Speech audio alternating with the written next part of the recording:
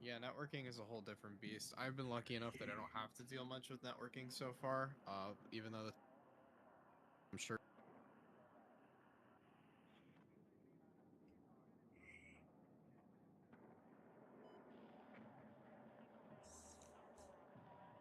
Mm-hmm. Yeah.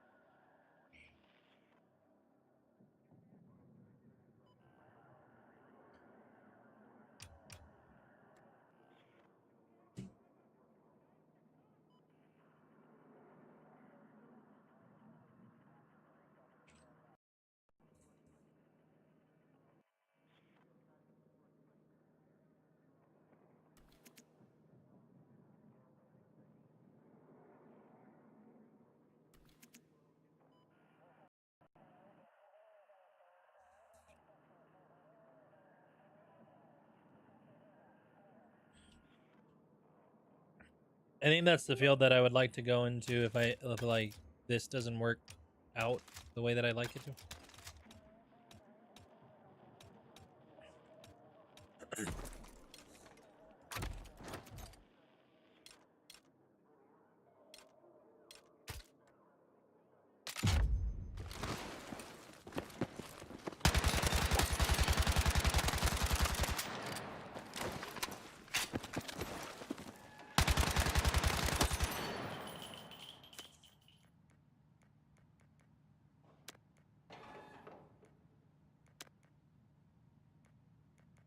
Mm-hmm.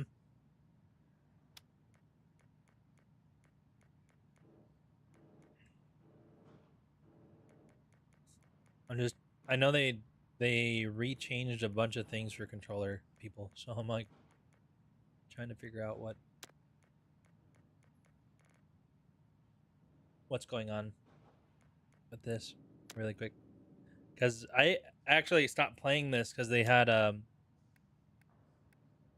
game breaking bug, like a pretty bad, almost I think it affected every Steam user that it would just break your entire game, like you wouldn't be able to play at all. For a while, there was like reports of a game breaking bug that it would happen every once so often, like every 2 games.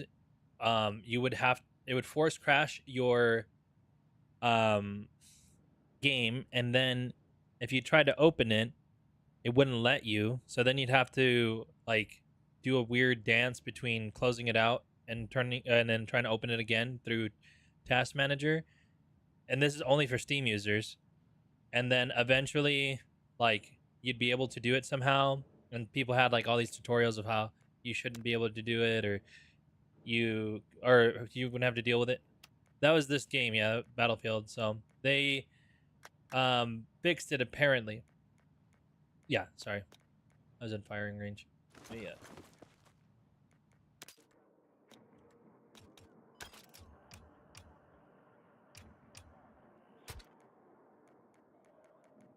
All good.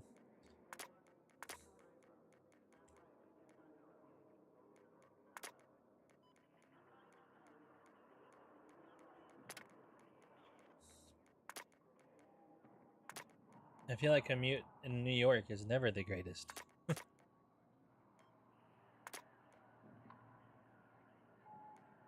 Because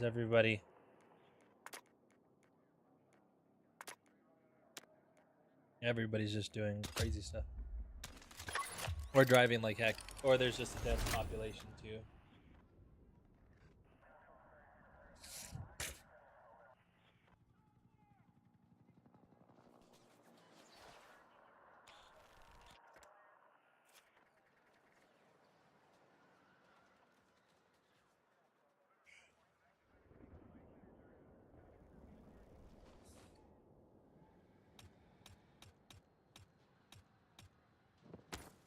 Man, I feel so foreign to this. I haven't played this game in forever.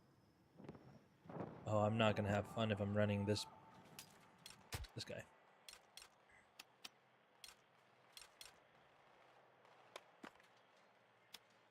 Didn't they have a new LMG they added?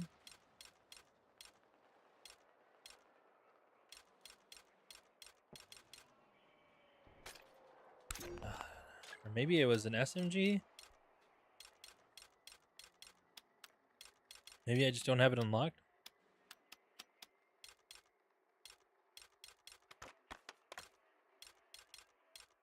Hmm.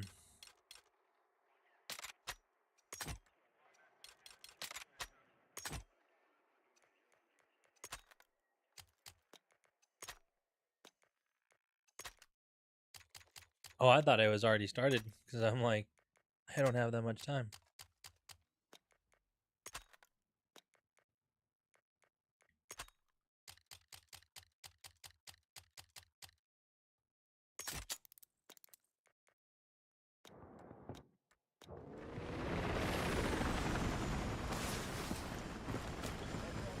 It.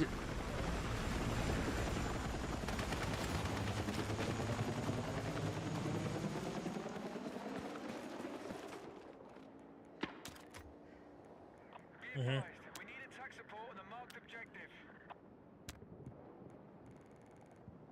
Uh-huh.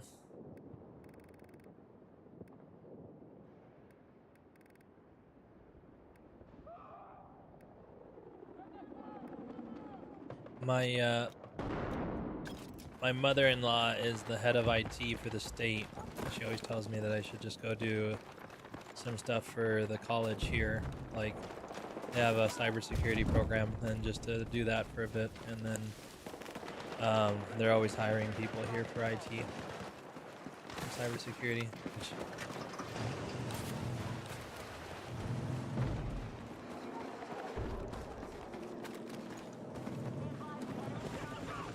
What is that?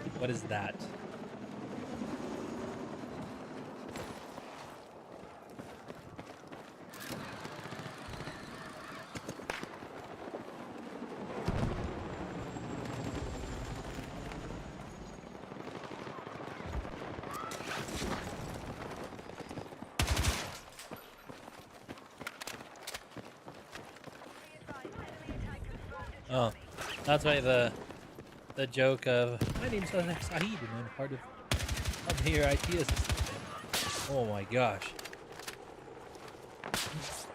Yes.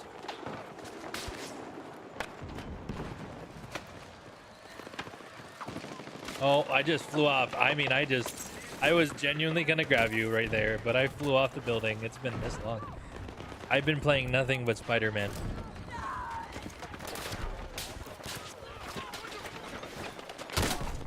I just got sniped in the face. I'll get you.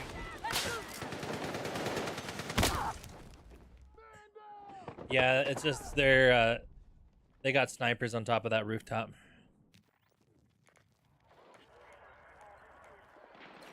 What skip do you have?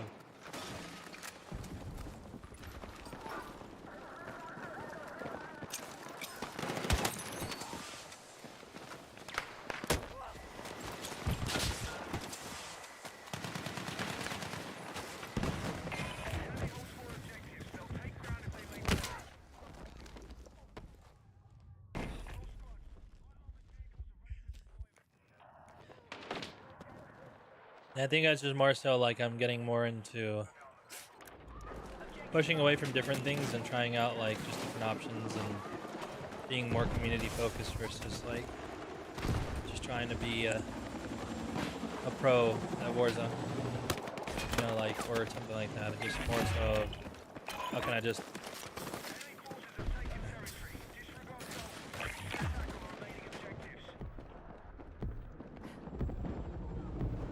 I don't technically I haven't really got there at the table, but it's more so like I just figured out a lot of like there's just a lot of politics and stuff. And there is a lot of people, not like to be the guy that's a conspiracy theorist, but I do feel like there is some people that are doing really shady things that don't have like actual good gameplay. They're only good because of other things, and there's people that will gatekeep them and be like, well, I can't say anything bad about them because then I'm gonna lose everything.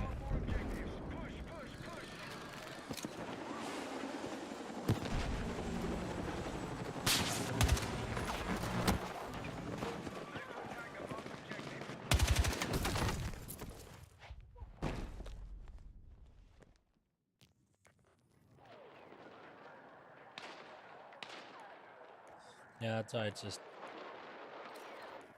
I was like, yeah, I don't think.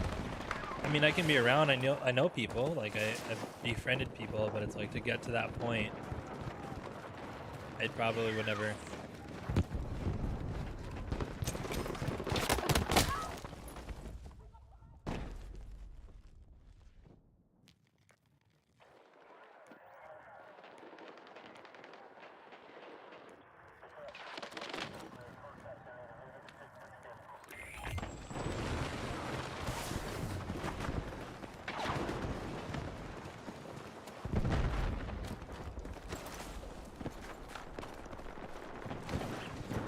Yeah.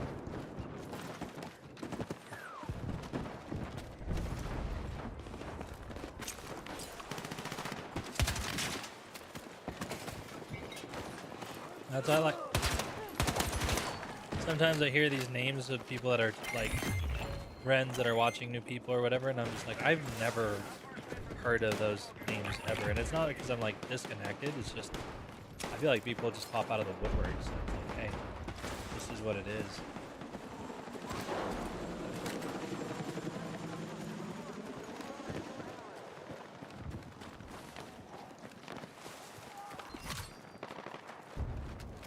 Like, I played with this guy a lot, and then we got into oh, I forget what his name is, King Ocean or something, or probably saying his name wrong because it has an E at the end. And me and this guy got in this game with him, and cool guy. Like that guy's actually cool, but the guy that I was playing with recently, I just been seeing, and I don't know, like. Mind you, I'm not dissing on his success or anything. Like, if it's genuine, it's genuine, and that is awesome. But like, he's going live. He never went live before, and he's going live now and averaging over 150 people watching him every single time playing Warzone. And I'm like, dude,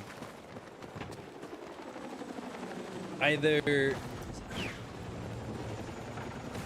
I'm feeling like it is because I'm sitting here like, how do you have 150 people every single time you go live? Like, I'm not sitting here saying people don't want to watch you, but like,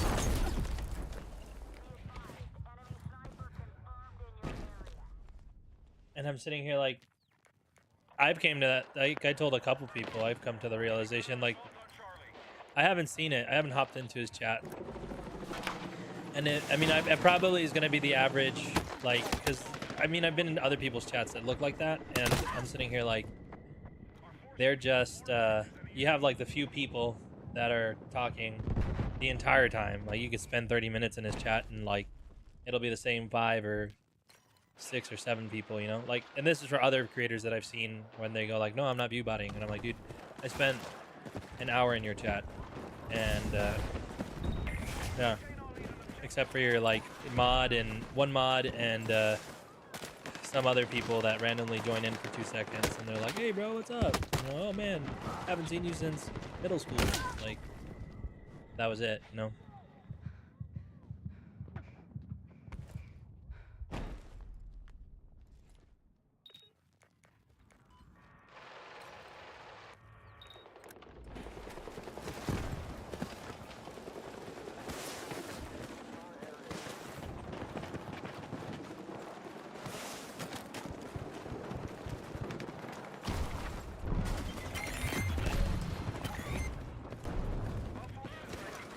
Yeah.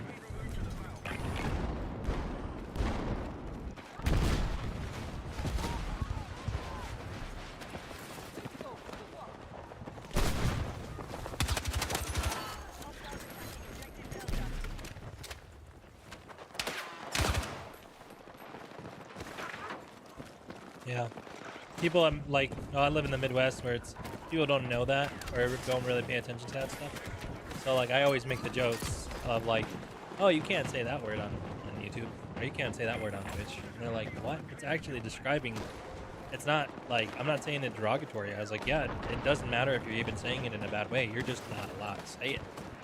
So here's some other alternatives that you can have to say. And they're like, dude, this is crazy. And I'm like, that's the internet nowadays. Like, you can't say certain things, otherwise you get demonetized.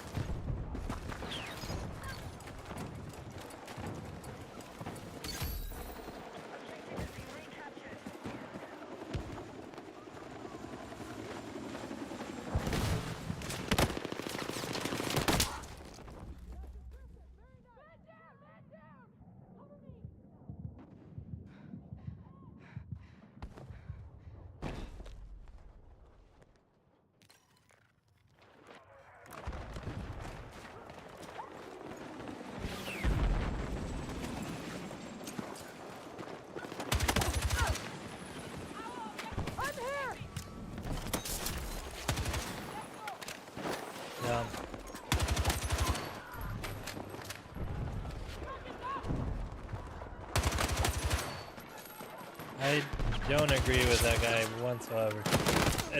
Not in a bad way. Like, just because it's. I mean, not. I don't say that terribly. I would say he does have some really terrible takes. Like the whole. Right now, I know he's getting flamed because recently he came out again. He said this once before, but he's not said it again in a while. But he's like dissing on people who are married, and he's saying if you're married, you're gay. You're not allowed to be married. And I'm like, that is wild. But it seems like he's legit about it. That's the problem, isn't it?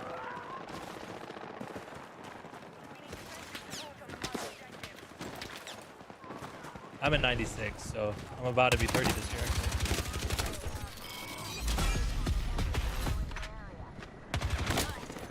I'm fucking hit! I feel like it's joking, but then I see him go on other people's podcasts and say the same thing with conviction, and that's where it's like, am I just blind? You know, that's how I feel sometimes.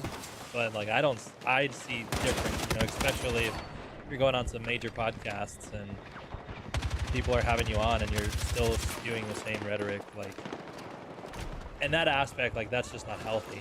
That's how you get what's going on in China right now, where they're like, holy crap, we have a massive generational gap because we were policing literally relationships. So it's like, now what do? We need outside foreigners, but we don't want that.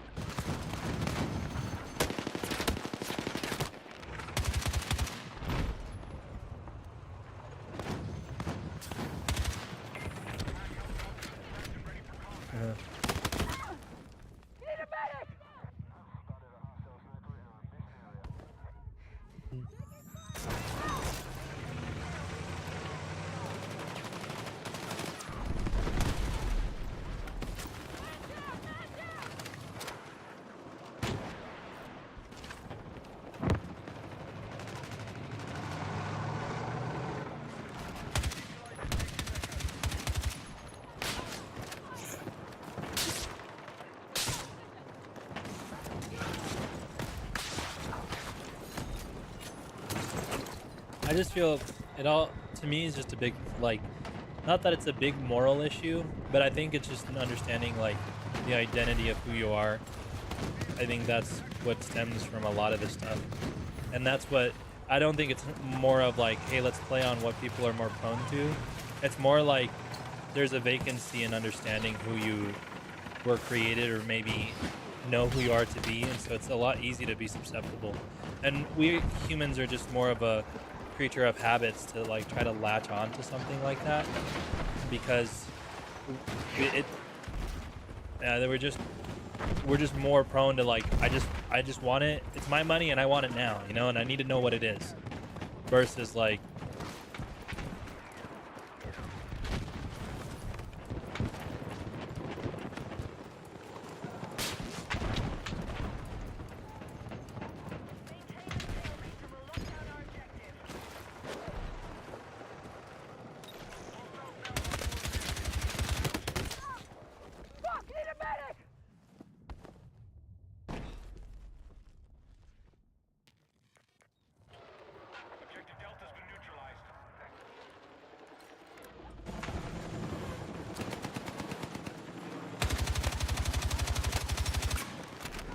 yeah. I just think that comes with time, you know, like, but that's also our culture, because our culture is like that. They tell you, wear this, be this, like, this is what it means to be a man, this is what it means to be a woman, this is what it means to be a person of character. This is like, they try to define those things for us, and some people just don't.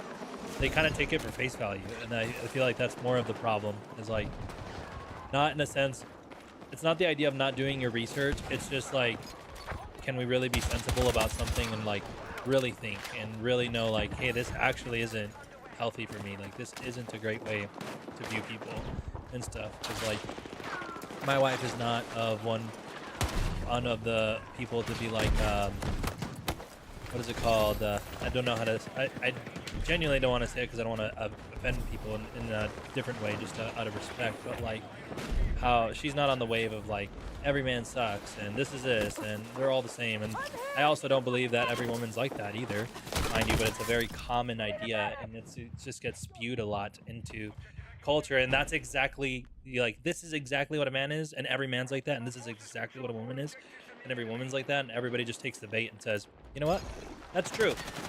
I have no basis behind that other than I met a Karen last week and she acted similar to what that is. I'm like, yeah, but you met a Karen last week, but the other 365 days from last week, you haven't met a Karen.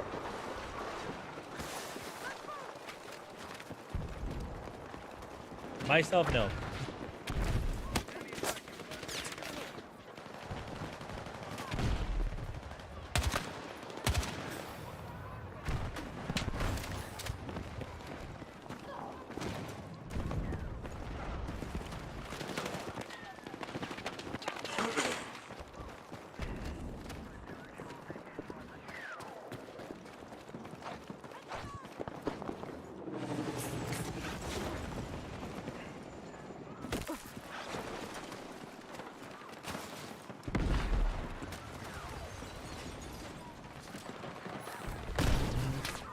I don't think it's like wrong to have, hey, I don't want this and I don't want that, but I think then that does stem to the different idea of like, I always tell my friends like, you can't disagree on something and still be friends anymore.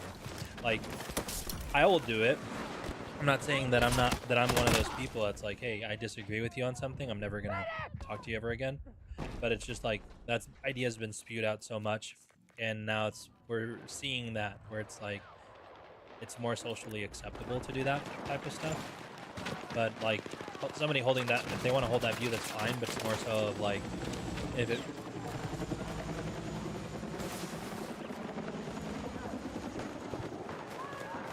Yeah.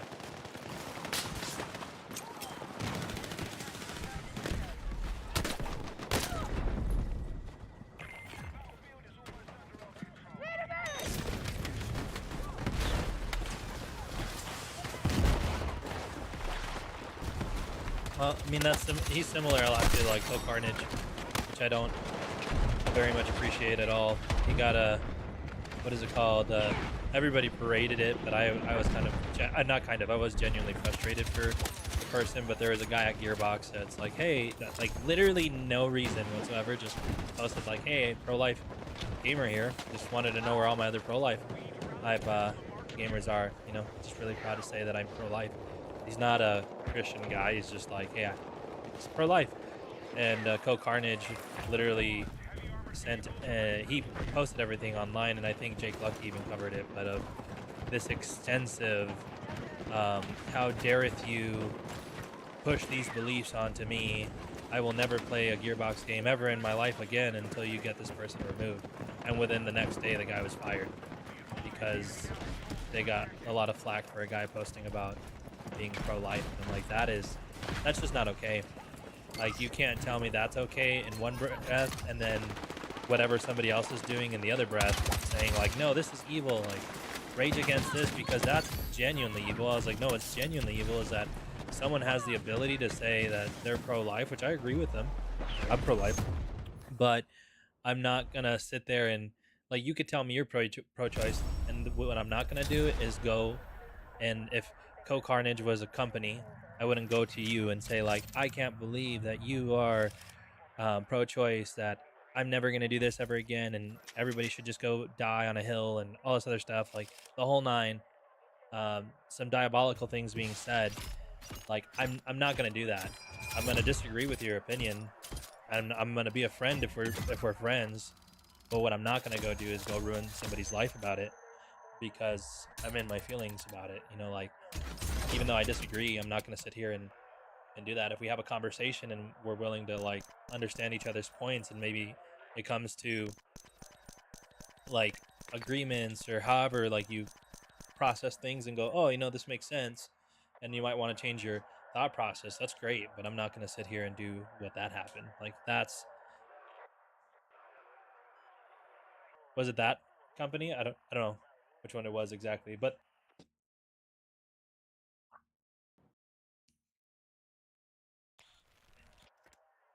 Like, who are you saying? Co Carnage, or you're saying the yeah?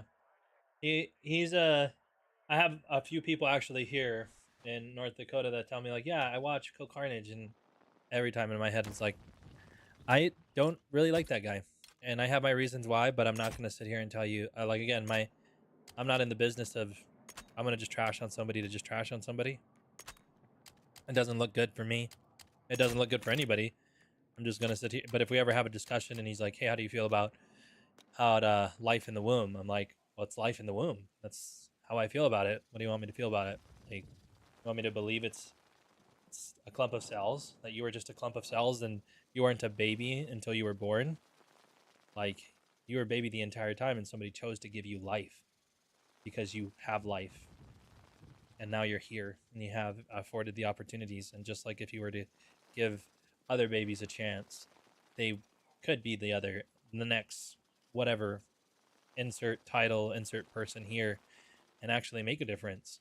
You know, I think I saw like a statistics, just like not to rattle off on abortion, but I saw a statistic that over close to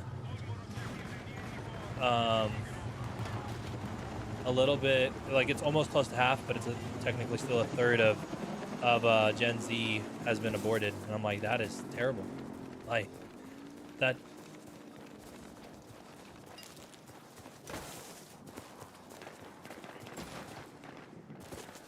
Mm-hmm.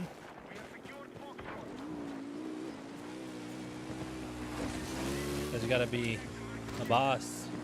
Your own boss as a man, your own boss as a woman.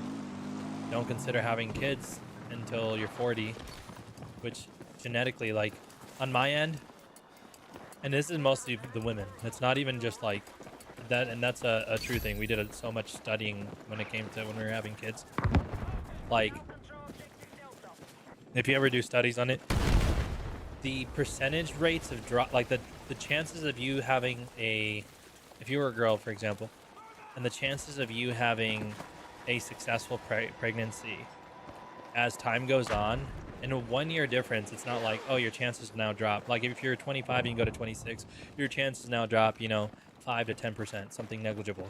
It's hundreds. And after you get into your 30s, it's like you got odds against you. You're like thousands of percents of like pregnancy can end up with complications, the ability for stillborn, the ability for deformalities, the ability, like so many other things increase drastically. So the longer you push the ladder, like a guy will always be fertile. It's not hard for a guy to reproduce, obviously, like that in that aspect. They just need a mate, and then that's fine. But like for women specifically, when they're like, I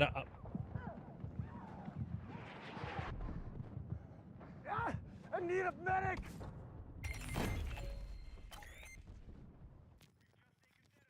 Goals have been removed from the operation.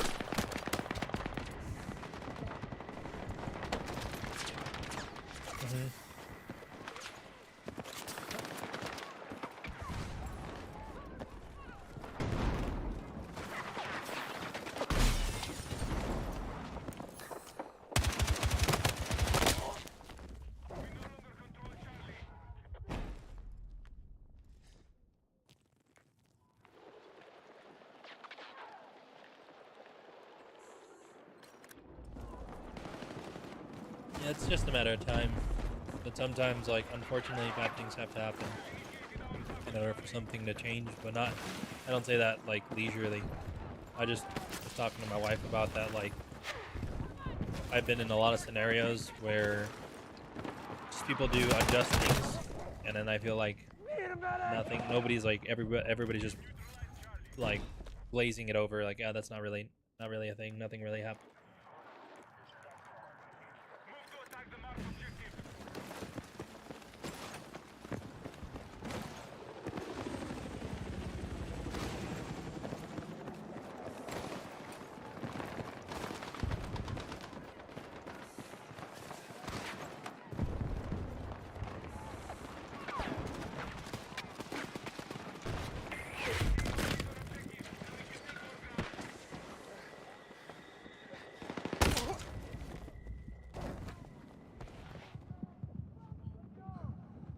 Need a medic!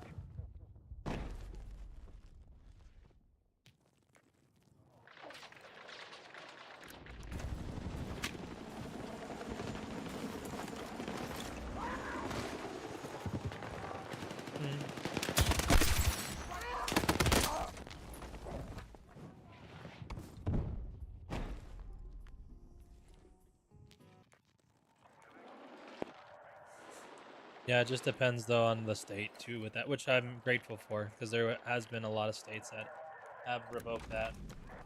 Because I mean, I've had to walk through friends with that.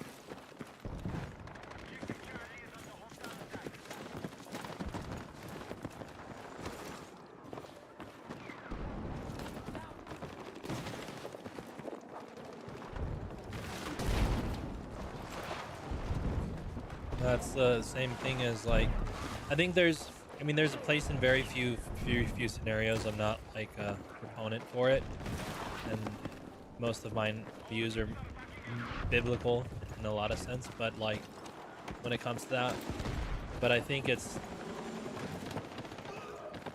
like hand in hand with how we see intimacy, because like if we understood like the true design of, in my opinion, how marriage is supposed to be, it's very difficult. And I'm not sitting here like, Christians have a high divorce rate, so it's not like the idea of, I'm not sitting here saying it doesn't hold weight. I don't believe that I don't believe that it does hold weight, like the but I just think it comes to like what it means to understand, like, it's not sacred anymore. Just like, you know, one of the first things people try to do is in relationships nowadays, it's like a couple of, which I mean, it's always been the same thing. I wouldn't say it's nowadays, like it happened out of nowhere. It's even when I was still dating, it's just the idea like, how fast can I get to the point of satisfying myself in that intimate matter, and that's what ruins it, I think. And that's what just cheapens marriage ultimately at the end, because it's not the only reason people get married. There's reasons that, like, there's so much science behind it of like why it builds stronger relationships, because it ties your brain to that person, to only want things from that person, to not go seek out, you know.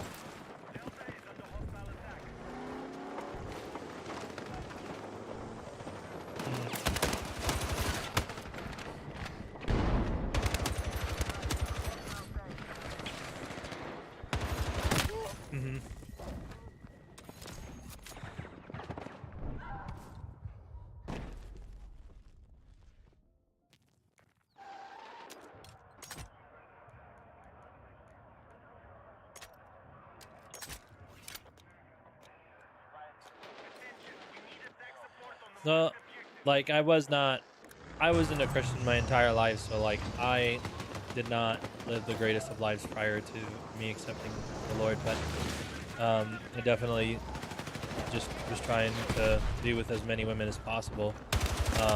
But I think it can be rekindled. I think it's more so, it's just that the idea is just intentionality between two people, because like not everybody's going to live up to that golden standard, but that doesn't mean there is something to be redeemed. The idea is like, that's the real purpose of like, I'm part of a men's group, and this topic came up. We were going through a book called The Way to Win by Jeff Little. and John C. Maxwell. Those are the two writers of that. And like one of the chapters is about this topic and just talking about like what it means. It's more than just like I got to get my own. It's the idea of like what God had us how he made us, like us as in men, also us as in women, because people will tell you all the time like desire is bad, and desire's not bad. Desire needs to be tamed. Desire needs to be ran through a lot of filters. Like it's not gold.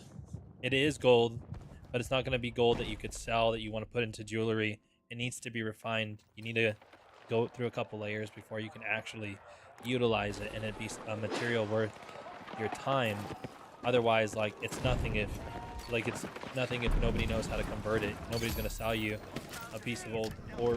Like it would be dumb of you to buy a piece of gold ore, especially if you don't have anything to refine it down with, where a buyer might want to buy it and sit there and use it for other aspects of it. But one thing that stuck out to me a lot was just that idea is like we're always taught that this is bad, and it's not bad. It's bad outside of certain contexts. It's bad when he used the idea of a fireplace. Like desires are like a fire inside of a fireplace, or a fire being used to cook for food, or a fire inside of a heater. All those are not bad. Like we use fire actually quite often than not, and we don't have to call the fire department. But when you take a fire outside of the place that it's more optimal to be, it tends to destroy. It tends to burn. It tends to go out of control. It tends to need a lot of things, and so then we feel that fatigue of management. And why we feel that fatigue of like shame sometimes is like, imagine setting your house on fire and then trying to tell your parents that it's not on fire. Like that house, that side of the half of the house is on fire. I need help, but I'm not going to ask for help because I'm too scared of telling them that happened. And he was just talking about like even redirecting the way that our mind thinks, and which is what helps. One of the things that what helps you build more intimacy with somebody else is like not seeing it as a means to an end, but seeing it as like this is a desire that you're given and it's good, and you can utilize that passion and that desire towards somebody that you truly appreciate and love, and they also were given a piece of organ on their body that also desires that. So it's not even like it's just men, you know, like we only think that way. It's not. We're both made. It's not, if it was only for reproduction, it wouldn't be pleasurable, if that makes sense. Like if you that's one thing they said, like if our parts were only for reproduction, you could have made it like us humans be like praying mantis, and we're literally a means to an end. Like a guy's life will be taken, and that's how an offspring will happen. It could have been miserable, but instead it's something pleasurable. It's something that we choose to desire. It's something that we choose to want more and more of.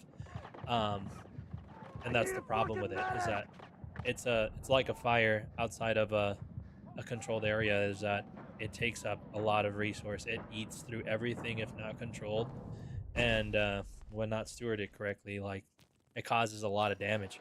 And then it's just, you know, how do we, after big forest fires happens, like how do they recover? How do they bounce back? It's just takes time. It takes nurturing. It takes even using some of the ashes to become a fertilizer to bring forth new vegetation to help grow the land back to where it needs to be. It takes that. So it's like an and both conversation, but I appreciated it more because like normally it's always taught as like bad, scary, don't do it, you don't ever do it unless it's in these parameters, and if you do it then you just screwed up for the rest of your life, and just have fun realizing that you've been screwed, and that's it, like nothing else. There's no redeeming it, and it's not that it's not redeemable. I mean, we're human, nothing else we can do about messing up. We're prone to, but one thing that the Lord always calls on is just that we have the ability to be redeemed again, and like choose to do good and choose to do something different with our lives and really make that difference with Him. It's instead of trying to do it on our own, because it's when we do things in general on our own is what gets anyone and everybody in trouble, because we act like we know better when we don't, and then we get in trouble, and then we ask people to save us. And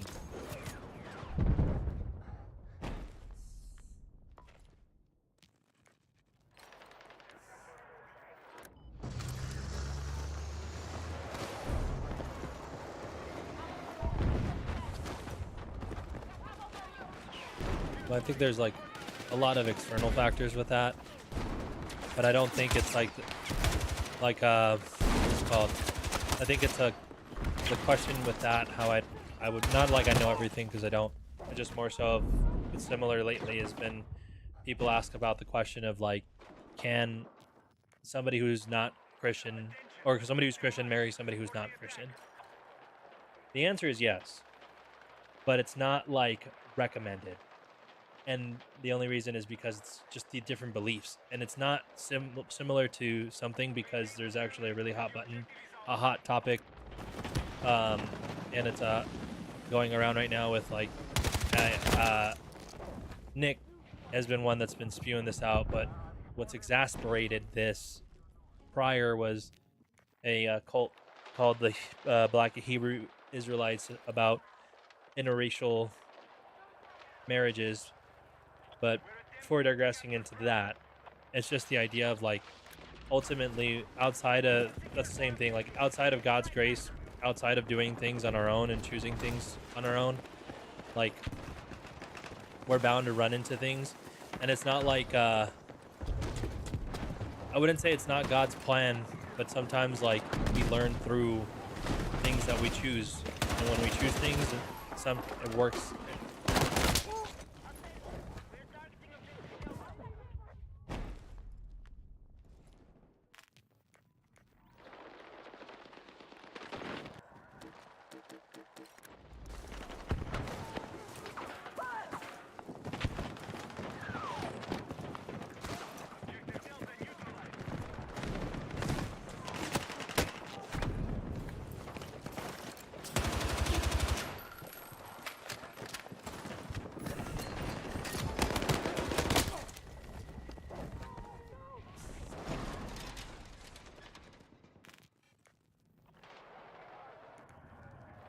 Mm-hmm. Move to attack the marked objective. Well, I think it's not a bad way to feel that way. I think it's just, that's other people, because like you could have those intentions, but they might not ever wanted those intentions, or like they were going into it with a different mindset, and maybe they were on the same plane, but something came and derailed that thought.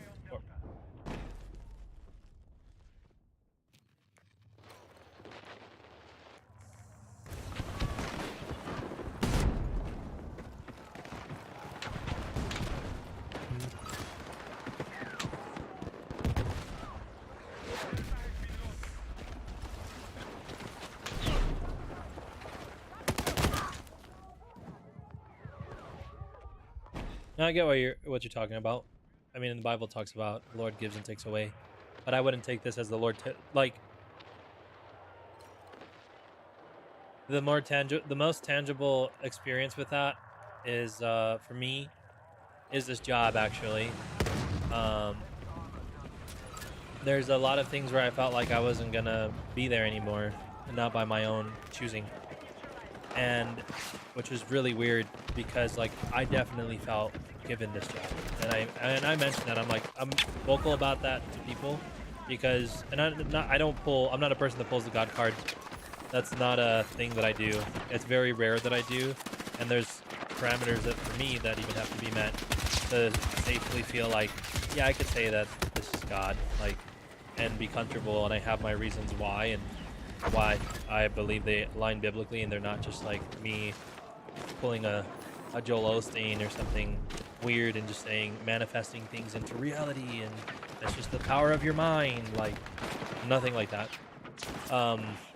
And that's where the confusing part was for me, is that I was like, there's such like conversation I had with a pastor recently is just the idea of like grace lifting, but there's so many things that lined up with this. I was like, I don't want to leave. I don't feel called to leave. I don't feel called that my time is done here. Like, I have zero clue what's going on right now. But things are pointing to the fact that I might not be here, and that sucks. And I even was asking myself that question, like, did I steward this right? Like, was it a me thing? What is it a that thing? And as time has been going on, it's been proving not to be me, but proving to be others that might be just influenced differently or feeling a different way. And I can't really, just because I know some people watch, I'm not trying to dive into detail on things of how I feel, and just on the respect of, like, I don't need to gossip to you. I'm not trying to gossip about anybody, even though you might not know who they are. I'm not a gossip person, but that was like a big question that I had, because most of the things in my life, like my wife, I felt like that was the Lord, and I'm glad that it was, mind you, and I have my reasons of why I believe it was the Lord. But like, it's also a decision, because I definitely, when I met my wife, I gave her the rundown of what my intentions were. Like, not that everybody has to do it my way, but definitely I was like, hey, this is my intentions.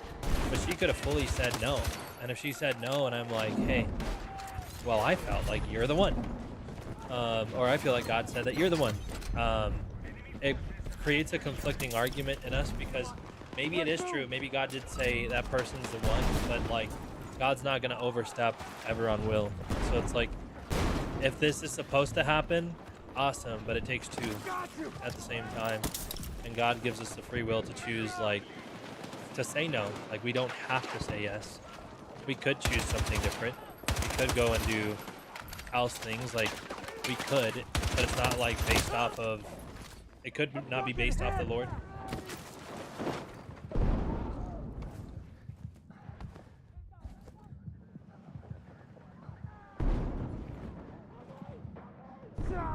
I need a medic!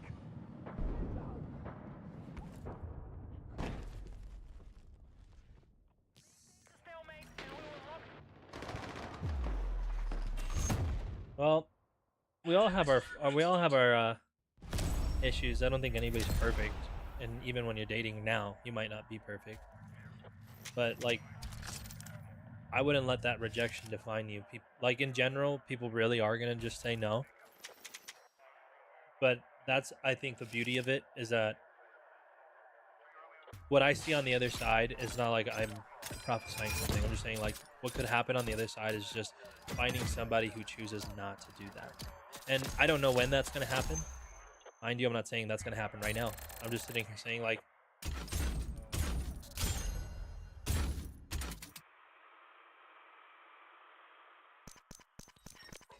yeah.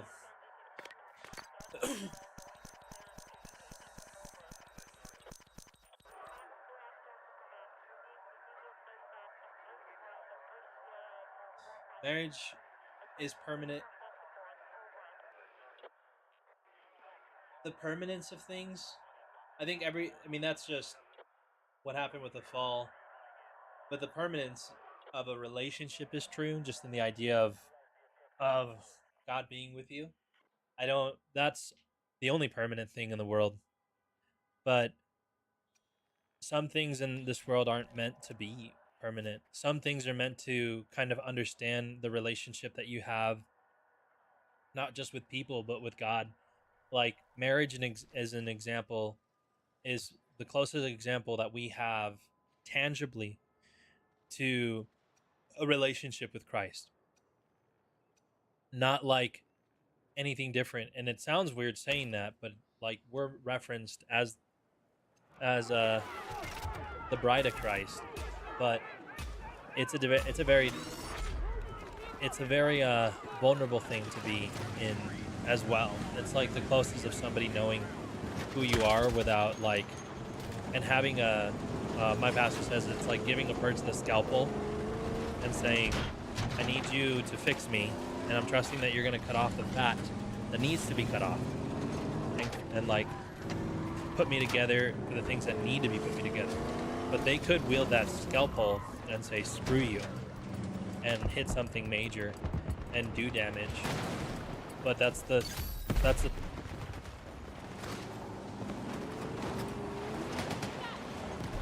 Yeah, that's why it's just well,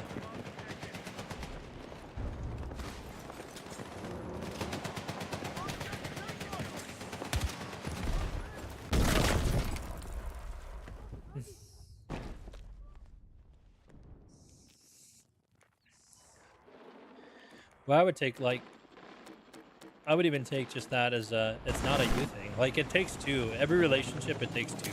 Like that's the one thing that I've noticed that I've learned in any relationship. It's more so of that's where it becomes again, like it takes two. We all have our problems. Like when me and my wife argue, it's not a he's always right or a she's always right. It's a both of us had handled the situation wrong.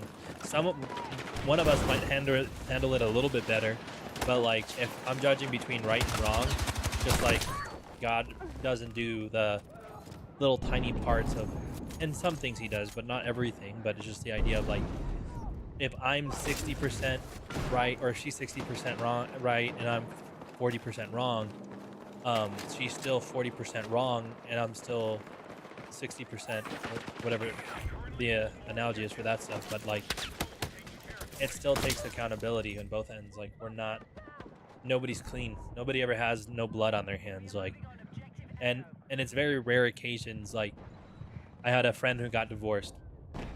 And I would argue and say that not just because I'm not saying it because I'm biased because he's my friend. I'm saying it unbiased because we try to walk through with him.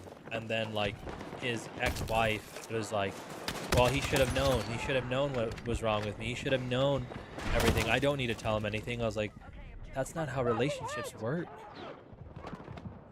It takes two. It takes you communicating like, hey, you know what you did the other day? I didn't really appreciate that. Can we work on something to, like, maybe change that scenario, maybe change the outcome? Oh yeah. Oh, there's something that you did or something that you said that I didn't appreciate. It's a constant communication between one person and another. And so when someone decides to give up, that's the portion of like, it's not, and the other party, like, he was trying hard, but if the other party's really not going to give, really not going to budge, there's a point where I'm just like, it's not like, yes, you have your faults, but it's not really your fault at this point. Like, this person has the ability to reconcile, and they're just choosing not to. So the hard part is that you're not going to be able to be reconciled, but the cool part is that you can literally say you did your part, but you can't force their hand, you know?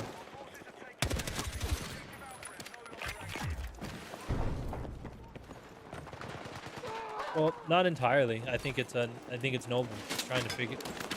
That's what a relationship takes, you know, and that's very valuable. It's not just the idea of like, hey, I shouldn't do that. You're supposed to do that. Like if you do something wrong where you feel convicted to the point where I need to tell somebody. I need to tell this person. I need to reconcile with this person. But again, if that person doesn't take it, it's the ball's in their court. It's not a, hey, like, it's only my fault. I'm responsible. Yeah, you might have done something, but offense. What is it called? Offense isn't something that is gifted, it's taken. So we can choose to be offended, and we can choose to not be offended.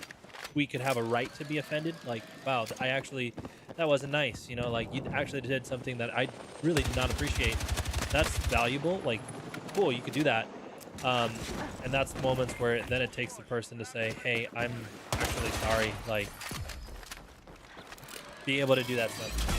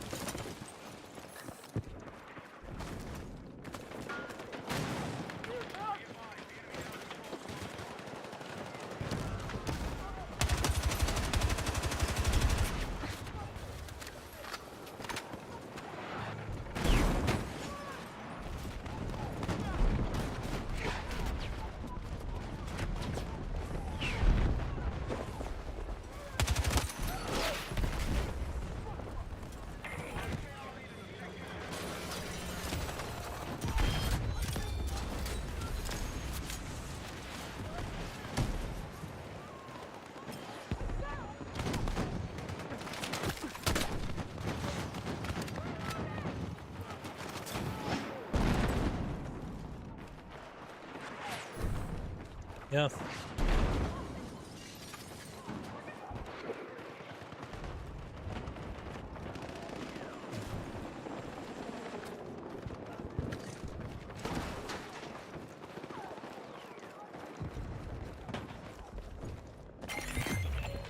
It's all a growth process.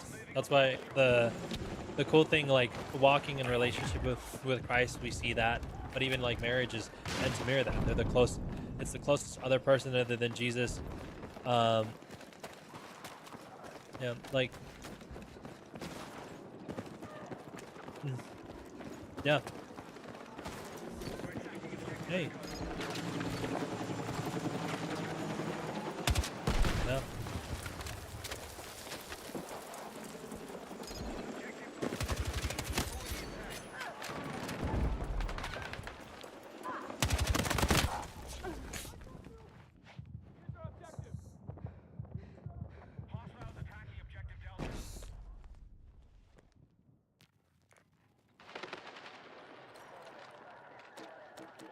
Mm-hmm.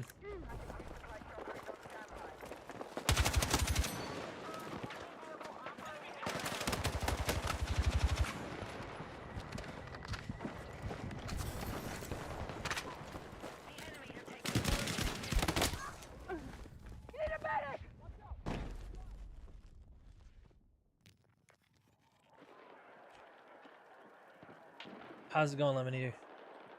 How are you, brother?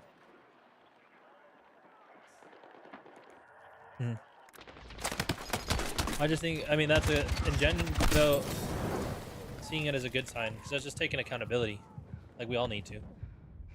It's accountability so hard because that's the part is being accountable. Like, it's a great idea until you're accountable. Then it's like, I don't want to be, but I need to. Like, and it's.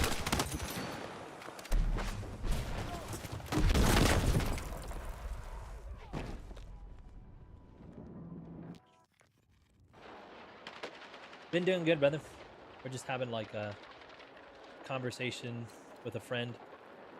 It's not like entirely private, but just keeping it muted just in case things are said. And I mean, private, public, just talking about Jesus, you know. So, but I'm doing good. Man. Everything's good. Life's good. Family's good. Work's good. How about you, brother?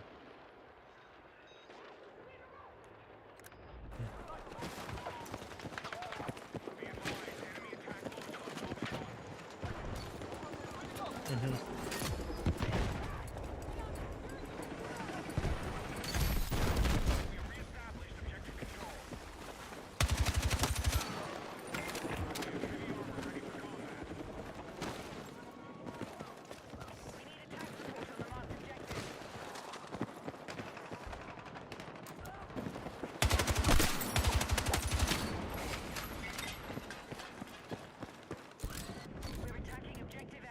Mm-hmm.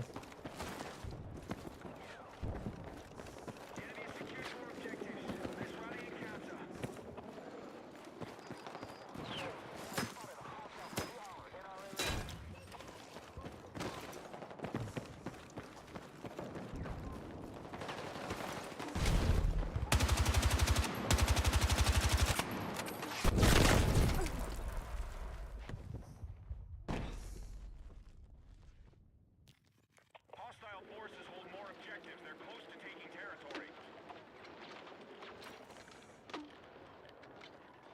Yeah, dude. How is that? I know that you said you were going through treatment and stuff, and it's gonna be a minute. How's that been, dude?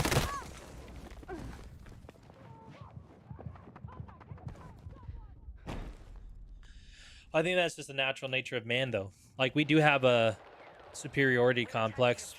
Everything's just needs to be stewarded correctly. Like, that's ultimately what the Bible's telling us to do.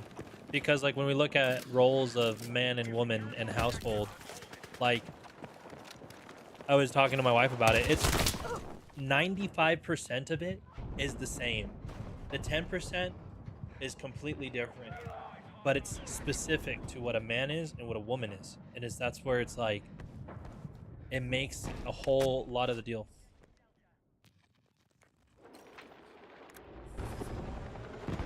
So I'm just sticking to Jesus.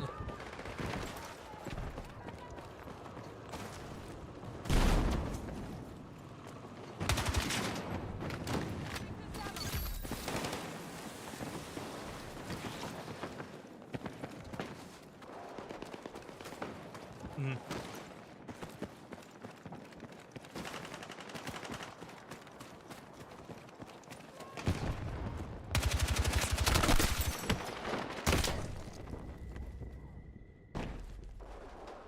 I don't know if you're like like writing it out. I'm just letting you know I'm still interested. Lemon eater.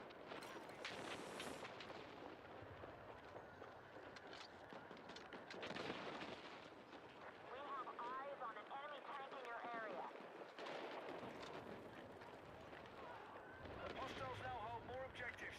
Out. Bro, praise God. That's awesome. I'm hoping that that brings a cure, at least your brother, right? And praise God that you're not on it.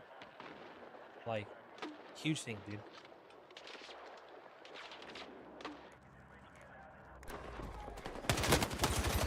Mm.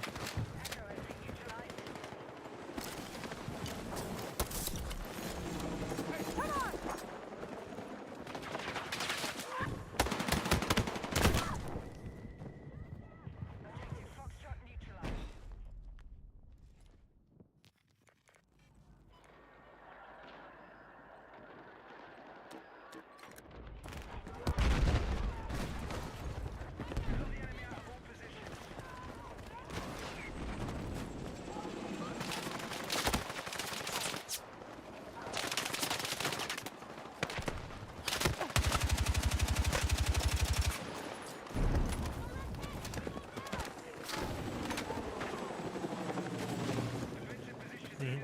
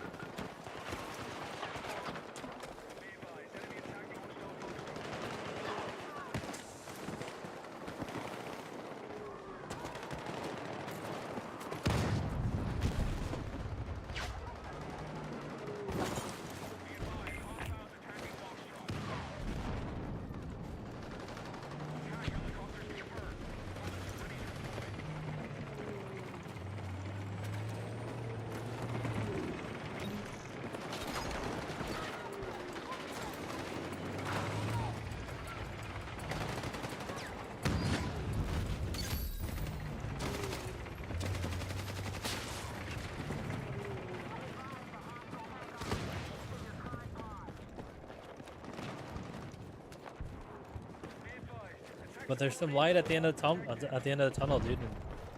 And I think ultimately, like, I know there's still some time to go in between, but bro, like, it could be like, think about it. We could be today or tomorrow, and then you'd be getting a surgery where you don't have to deal with that anymore, you know? And your brother's sacrificing something to keep you here. I think that's just awesome still.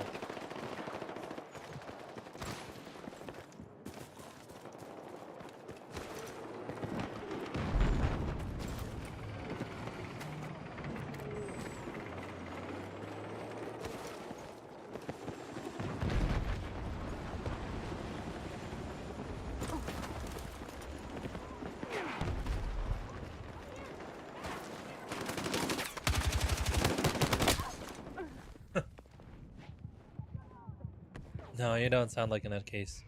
I like, for other, I've done a little bit of lot of bit, I guess, not entirely too much. At least when it comes to like understanding what it means to believe in Christ as a Jew. I'm hoping I'm gonna be like trying to fundraise to go on a trip to Israel. I'd like to go there and to the Holy Lands and learn that.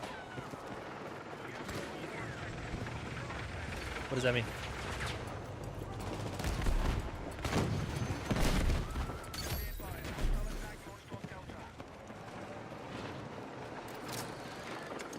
Oh.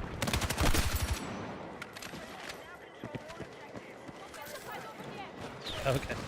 I will let you know. I'm trying to, it's a pretty expensive trip and it's in November, but my church is taking a group of people there, and it's like the Holy Lands tour, so we'll be, that's what it's just the program is called, but we'll be going through all like the historic things that are in the Bible there, and then the guides are gonna be either just Jewish or Messianic Jewish, um, which would be cool to see. Like, I just enjoy seeing that perspective, but I know what it means and like the cost of what it is. I'd only speak about it, and like I implore you, just because I always, that's the only reason. Like, I don't have any other. I didn't grow up this way, mind you. There's, yeah, I just killed one. I killed one. There's one guy right there behind that red truck right here with this red thing. Red. Oh, he's dead. Okay. I didn't know he was dead. I just came in here. I beamed 3, and then I beamed 1, and that guy was there. But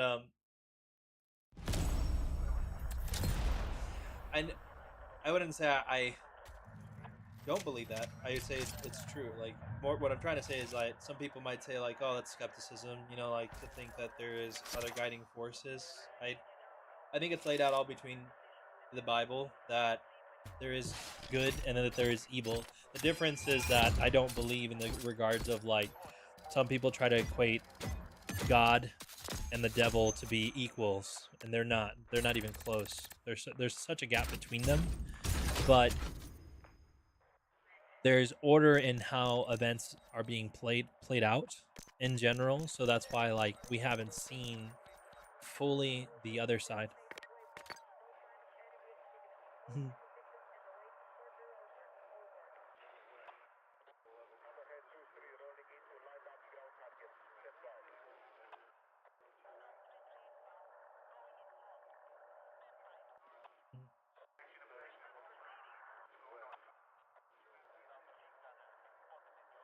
Well, the problem is that what I feel like a lot of it depends. I don't know how many. I haven't talked to somebody who holds these views, but I have seen some people that have gone to Israel, and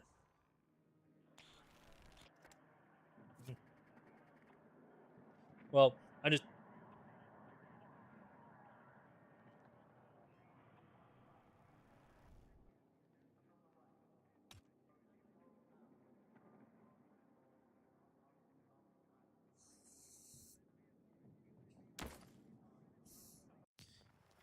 Attack order has been Mhm. set by squad leader.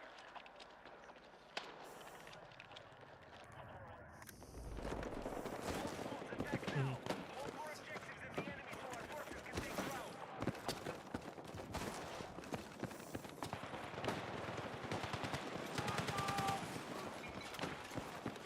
We have initiated our attack on Mhm. Yeah, there's always great cases for that. I mean, the Cold Case of Christianity is a great, um, Lee Strobel's book too. I forget, the Case for Christ. Things that kind of go through it. Case for Christ, I think. I mean, even just in the idea of learning, because he went through and actually So I don't know if you know much about that story, but Lee Strobel wrote this book called Case for Christ, and it's a very different book than any other book because he was I believe a reporter at the time, and he wasn't a Christian. He actually didn't believe in anything at all. He got into some type of conversation where somebody brought up Christianity, and it just brought something in him where he's like, I'm really good at proving things wrong, and I'm going to do everything in my power to prove this to be wrong, because this is just nonsense. That's what he just thought to himself. Like, so he went to tons of people, from everything from like biased Christians, famous apologists and scholars, to going to like universities, to going to like actual like I think Case for Christ by Lee J. Warner Wallace was a reference in there because he's a detective, so he did it. He did it more for how he believed is like people were talking to him about Jesus. His whole family's Mormon. He was Mormon at the time, and he was like, why do people keep talking about Jesus? I'm a really famous detective in LA. I've solved thousands of cases. Some of the hardest cases that people have seen on TV, I have solved, or I have convicted people, or however it may be. And so he did a different like forensic analysis and went back and actually like, if I was to get all the pieces of this crime scene, does this hold to be true? And so in his forms, that's why he believes is that he did his studies and he believes that is true. But Lee Strobel, on the other hand, was more of the, I'm gonna go and search everybody, ask everybody, get unbiased answers. I'm gonna get biased answers, like biased answers to why it's real and biased answers to why it's not real, and weigh all this evidence and then choose to see which side, ultimately hoping that he can disprove it all because it doesn't make any sense for him at the time. And it was just overwhelming with everything else that came up. Like everything is what he was saying, just from the answers that he got is how he ended up believing. But I digress in that aspect, and just more so of like going back to like, yeah, I guess the topic of demons is what we were talking about, is just in general. So I 100% that I think that's true. I feel like people that don't believe it sometimes feel like, oh, you're just being spiritual, or they take it as just there's not really something that's guiding it. Things that people have been guided all by everything. We're guided. People have been, even if you're not Christian, have been written about like things possessing people, things taking over people, things being ran, people that have been like some days possessed and then they're not possessed anymore for some reason, and they go a period without doing that. We have like thousands of testimonies of that, credible testimonies of that. So it's like, when I don't think it's far-fetched. But I'm also like on the other end of the spectrum, which has been poised, but not to like digress it and say like give it more power. It's more just to be realistic, because I think there is a form of, comes back to me, where it's like there is a form of self in it. I've heard a few pastors in my life tell me once of, I'm here. that is demonic, mind you. I don't think that's not. And when people feel like,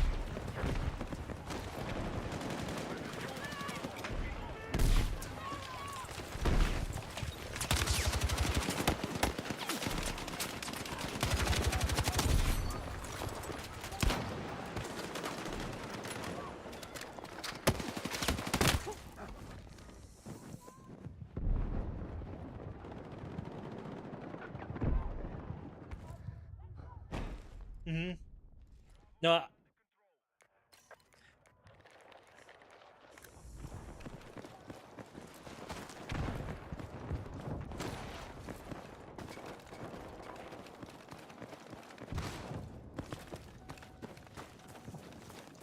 We need attack support on the marked objective.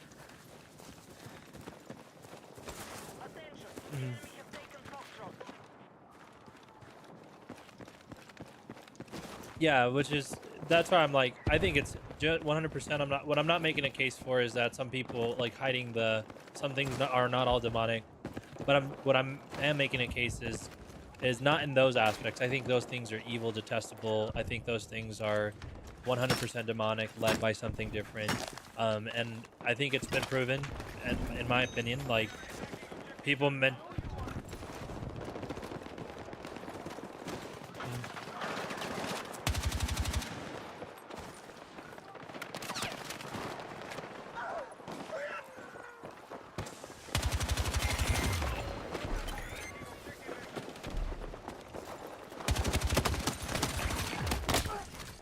Medic.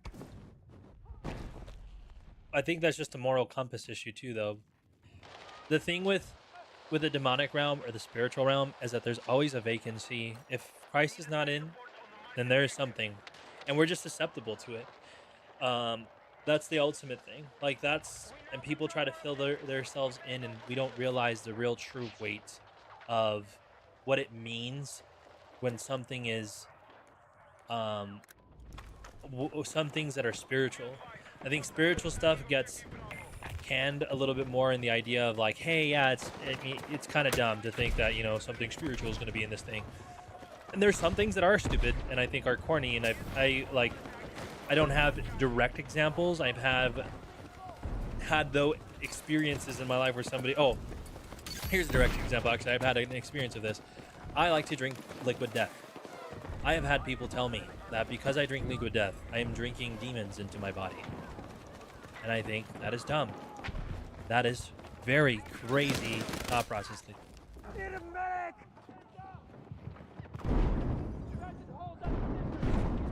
Yeah, like, I think,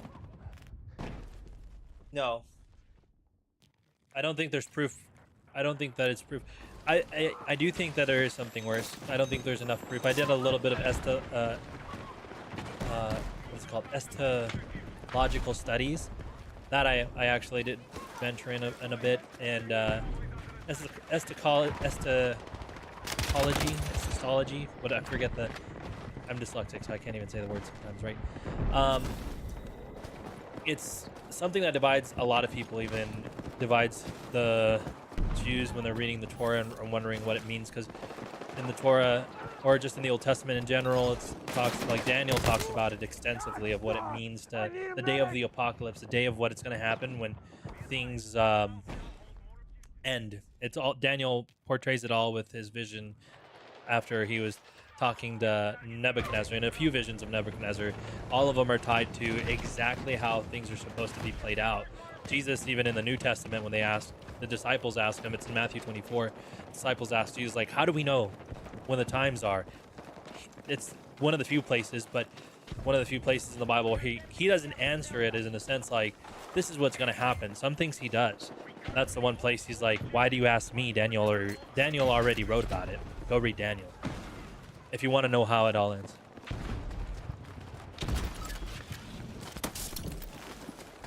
Come on!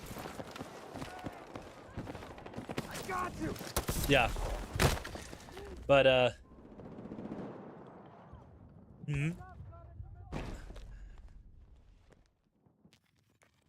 yeah.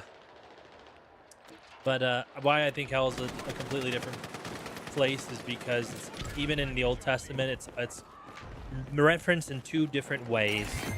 You have the idea of the lake of fire, and then you have the idea of Sheol, or like hell or Hades. Those are two different places. They're not the same. What I think, what it is proven actually, it's not a thing of like. At first, I thought it was weird having this thought process, but it's actually shown a lot throughout the Bible. Even like the idea of how heaven isn't really heaven. Heaven is talked in a different way twice. In the same thing. There's heavens, and then there's a new heaven. Yes, but the heaven that we have right now, or the heaven that is there right now, isn't the final, because even at the end it talks about that there will be a new heaven. Yes. At the end game, the end story would be the Lord redeems this, which is earth, and with this becomes the new heavens for us, but it's not there yet. So there is it's more of like a holding place, and geez, my PC is dying. Sorry.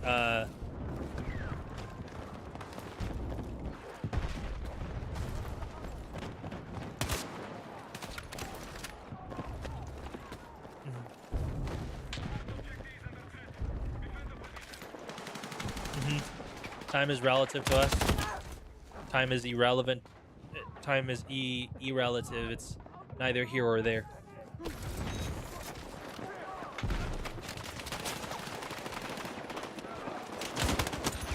Well, like he sees that.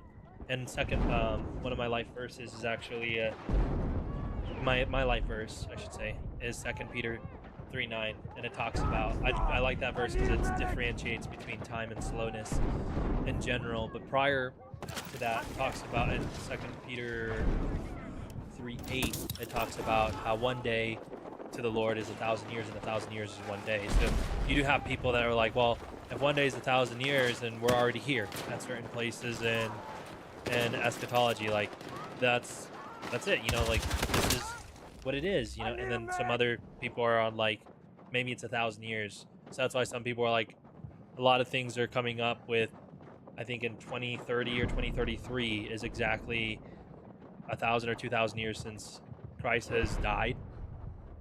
And so people are like trying to predict, and that's a common thing in the Bible, or a common thing in just the body.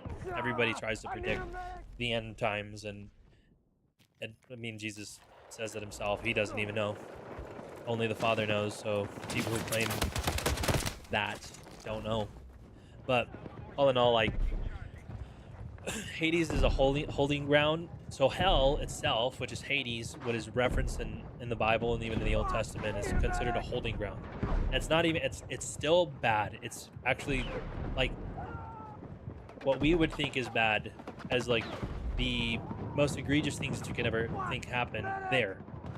But that's still like 1% of what the lake of fire is. The lake of fire is the final hell. That is the second, that is also considered the second death. And in scripture and even in the Old Testament, it's referenced as like not just the second death as in the idea of like people who believe will live twice, so they have a second life and then there's a second death. And the second death is that. And so some people who've died now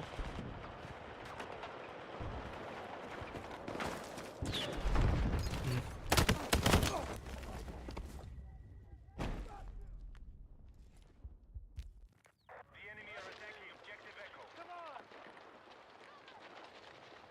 Mark objective is under threat. Set the position.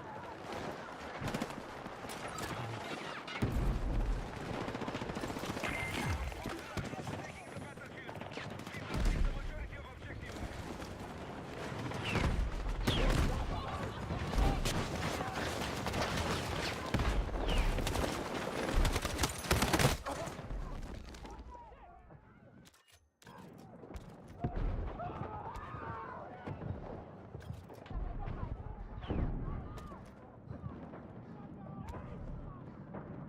are saying for like they're just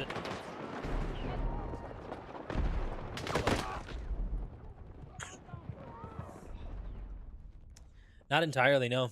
Actually, the Bible talks about, oh my gosh, that's why it's freaking, I'm having, my computer's having an aneurysm, everything's set to freaking high. Or ultra kill.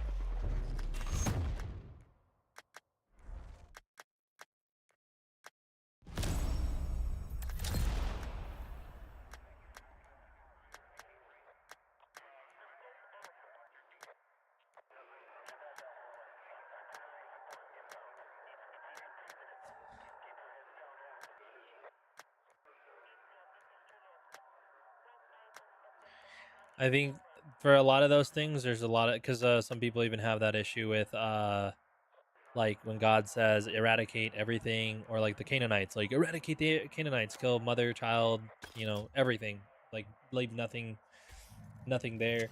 There's a lot of contextual criticism. So like not an idea of a defense. There just genuinely is. This is something that's even been studied by Torah scholars in Israel that I've known from like apologists that I've gone up there and talked about this type of stuff. But there's a lot of, I don't know all the like ins and outs of those questions entirely. There is an explanation for them. I wouldn't say it has everything, but there is something there. I don't know where that.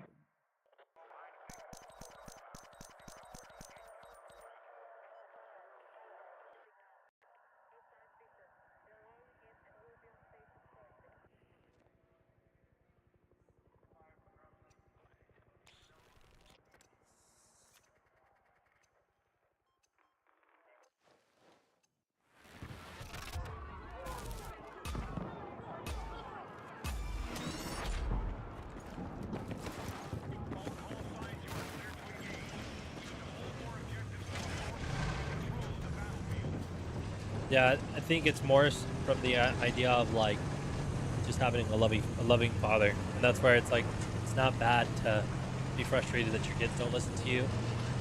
It's the actions that happen afterwards that make it bad. You know, like having kids for myself. That's the one thing that I think about. Like it feels like almost unholy to be like, oh, I'm frustrated at my kids not doing this right now. No, the Lord's shown that throughout all of the Bible. One of the most famous ones that I appreciate, I like a lot. It's one of my favorite characters in the Bible is Moses, because he's the only person that's ever been called God's best friend. And he's the only person in the Bible that changes God's twice. Moses. Now, Moses changes God's mind twice. God's like, I'm done with these people, man. There's going to be serious consequences. And Moses is like, Lord, I know your character. Would you relent? He's like, you're right.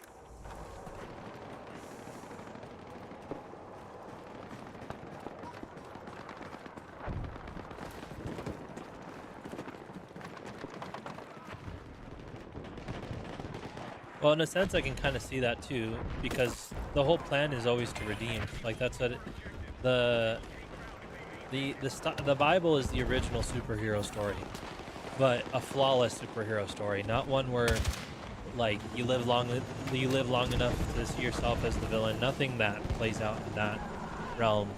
It's a pure, like, noble superhero story, and the intentions since the beginning, since the fall, were to redeem and restore. Like that's literally the theme of the entire Bible. Redeem and restore what God's trying to redeem and restore what he created. And why it feels like we underappreciate is because it's the lie that we fed into, and that is on everybody. That's why, like, since birth, it says since everybody has this thought process, it's the lie that in some shape or form, not exactly word for word, mind you, but that we can all be gods, because that's the major temptation that caused Adam and Eve to fall. Is like, he just doesn't want you to eat this fruit because he's concerned that you will be like gods. And then they're like, whoa, all knowing like God? He knows everything. Like, I know him personally. So if I eat this fruit, you're telling me I get to be like that. And that's what then that happened. And mhm, is being like, the idea is to be like God. So we tainted that image because we were aspiring to be something, or we believed in the lie to be something that we were never meant to be, like, and that's not the case.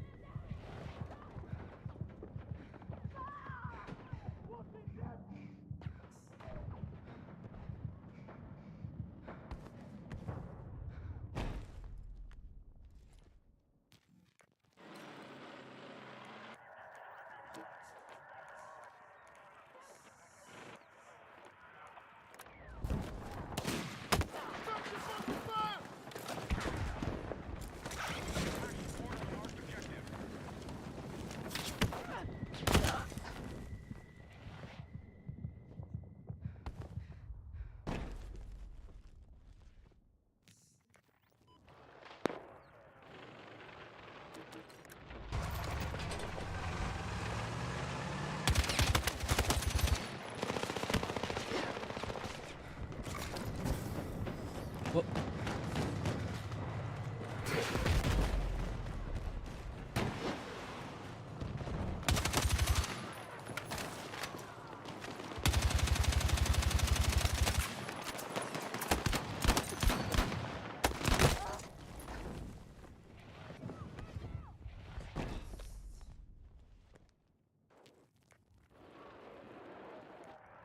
no, yeah, no, I understand what you're trying to say. I think, like, ultimately, that's what one of the beauties, I think, of just knowing the Father is that, like, we were genuinely created to be different. Because, like, God has a pantheon of like, well, pantheon's probably the wrong word, but just has an abundance of angels at any given time praising him.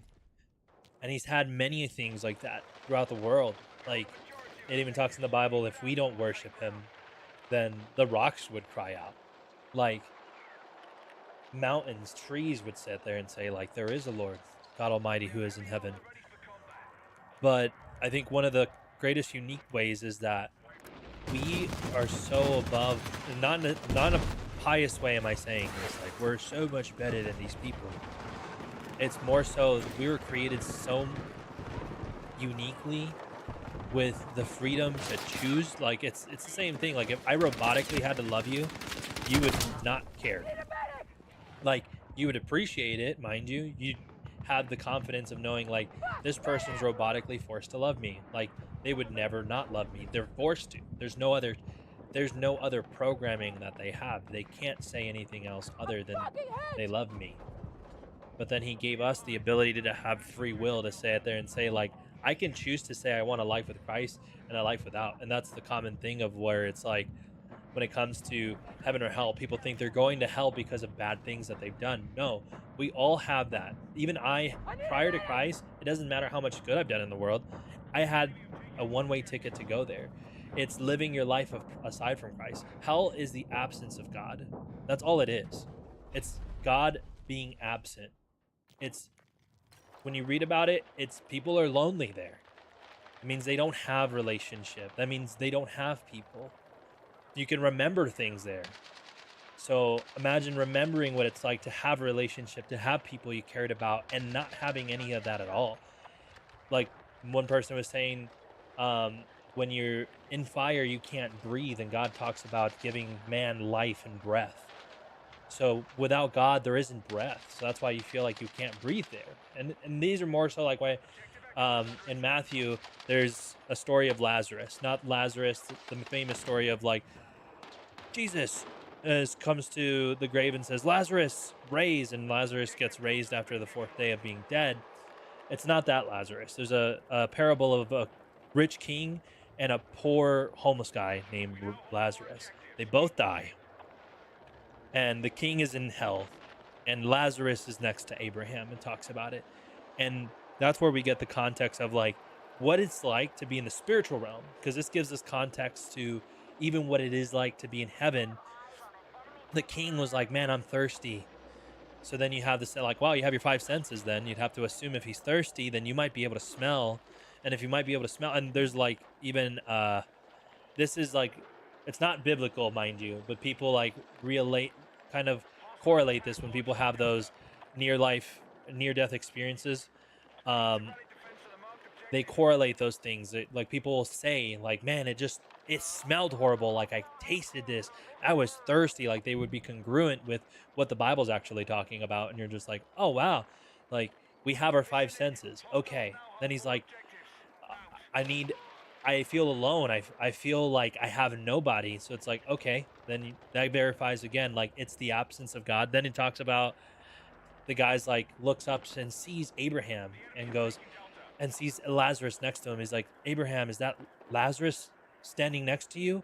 So you have the idea of recalling memory. Like, not only are you there and you know that you're alone and you can feel the heat and you can feel that you're thirsty and you have all your five senses, you have the ability to recognize and have memory. And he goes, have Lazarus please like dip his finger in water and put it in my tongue. I am thirsty. And he's like, sorry, I can't do that. There's a chasm between me and you. Nobody down there can come up here. Nobody up here can come down there. And he's like, well, mm-hmm. And then the rich ruler goes, but then if I can't do that, then let me go. Bring me back to life. You can keep me here. Like you can kill me again, and I will be here for the rest of eternity. But bring me back to life. I have family I need to warn. I need to tell people that this is real, that it's not fake, that it's miserable. Like I don't like being here, but I'm stuck with my decision, and I will always be here. I just got kicked out because I was talking. Sorry, I didn't realize it. Okay. And what is it called? The Father Abraham said to him, like, he's like, we already did that, and nobody believed him. So what would, if I did that for you? What would make the difference? He's talking about Jesus. That was a reference to Jesus. This parable's in the New Testament, and it's a parable that Jesus is speaking about. I'm pretty positive, but it's referring to himself because they already brought a dead. They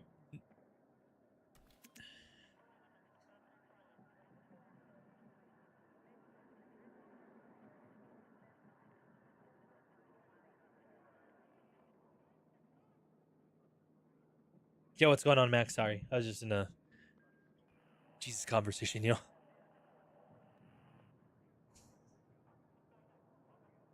I'll check the DMs, bro.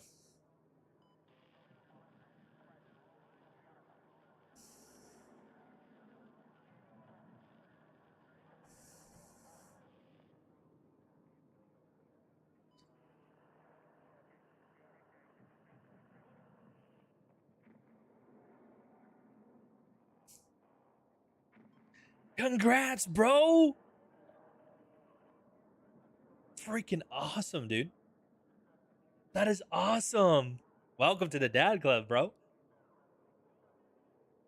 I think that though happens because he knows is that's why, like, one of the things with the Pharisees, right? When Jesus was talking to the Pharisees, and the Pharisees was always asked him, and at one point they knew how he had this authority. They just didn't want to say it, but they would always ask him, "Well, which authority do you speak about this? Do you speak about this with the authority of Moses, of Elijah, of Father Abraham? Who gave you this authority to speak in such purpose, such direction, as if you are the Father?" Because you can't, like, back in that day, you genuinely back in that day, you couldn't say, "I am the Messiah." You'd be stoned to death because that's a thing. But he's like, "I am," and that's where he answers. Actually, he's like, "I am."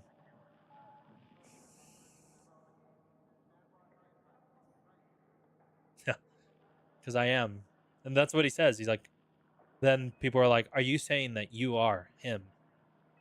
And he's like, "You have said so," because they know that's what he's saying. Like, he's never been. That's the thing I appreciate about Jesus, and what it makes a great case for him, and he makes a great case for himself, because it's not like beating around the bush.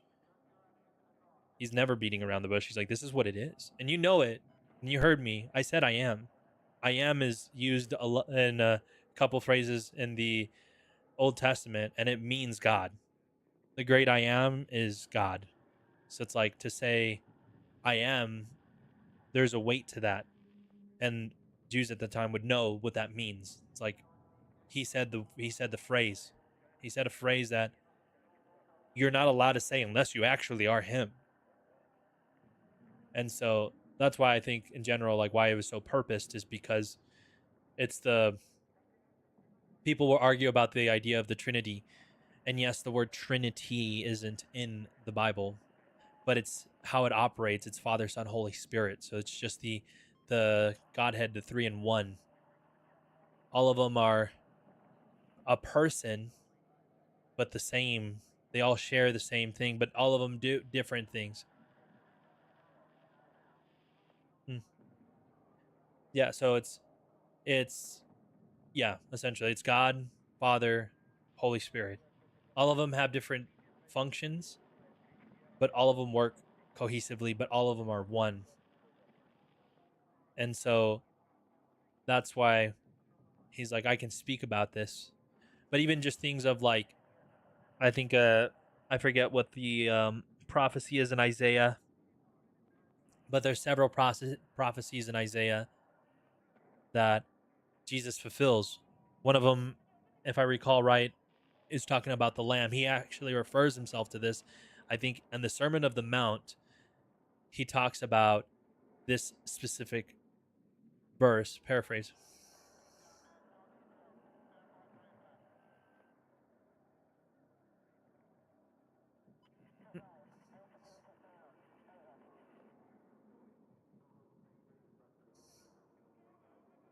Mm-hmm.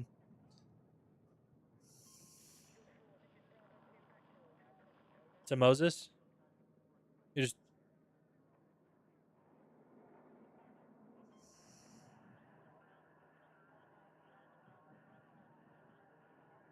yeah, they were worshiping a golden calf.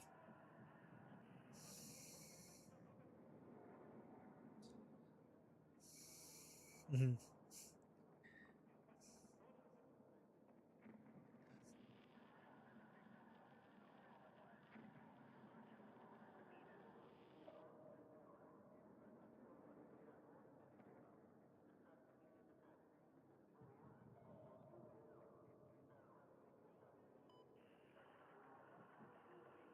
Oh, I mean, I think God has a lot of humor and a lot of personality through the entire book. That's why I do think it's divinely inspired. I know people have their issues with how it's written, or word for word, or like oral tradition, the whole nine.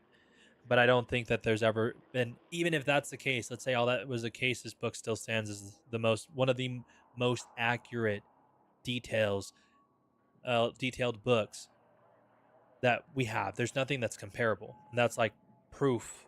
Nothing as comparable as to the Bible, not to fight for the Bible and the idea of that aspect. Like, this is archaeologists that are secular archaeologists that have done their cross comparisons, I would say, and they came out with the statistic that literally the amount of copies and cross references that we have for the Bible, there's nothing that comes in comparison. The second, the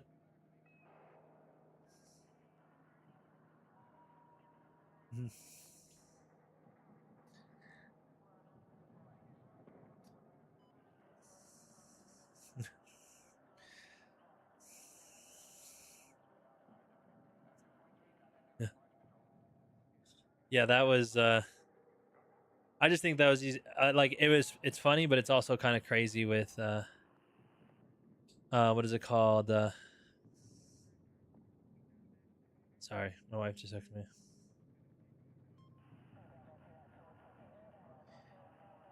I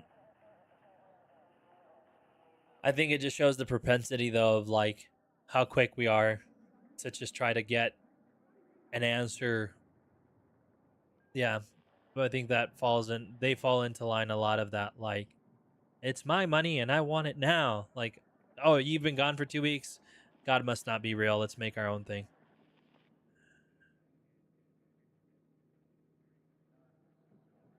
I think that comes from stems from the idea of the garden. The idea of the garden is pride, but like that's one of the things that was mentioned is to be all knowing. Like, you would be able to be the equal to God. That was the idea. So if you're equal to God, then you're all knowing. You have all the answers that you want. If you had any answers in the garden, well, you don't need to go and circumvent that through the Lord and say, hey, yeah. But it's because they were made with free will, and it's the temptation that was given, right? It's the I get to be like God. I'm not God. They weren't God. They weren't ever going to die, mind you. Prior to that, there's a lot of evidence that shows that there wasn't an idea of life and death in the garden.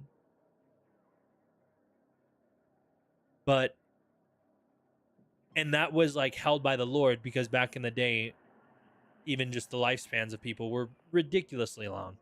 We read that throughout the Old Testament. Yeah. So it's like the Lord chose that. Well, I was just saying, like, the Lord chose that for those people, and it says like the Lord blessed them with that. You know, He had the ability to bless them. So Adam and Eve are.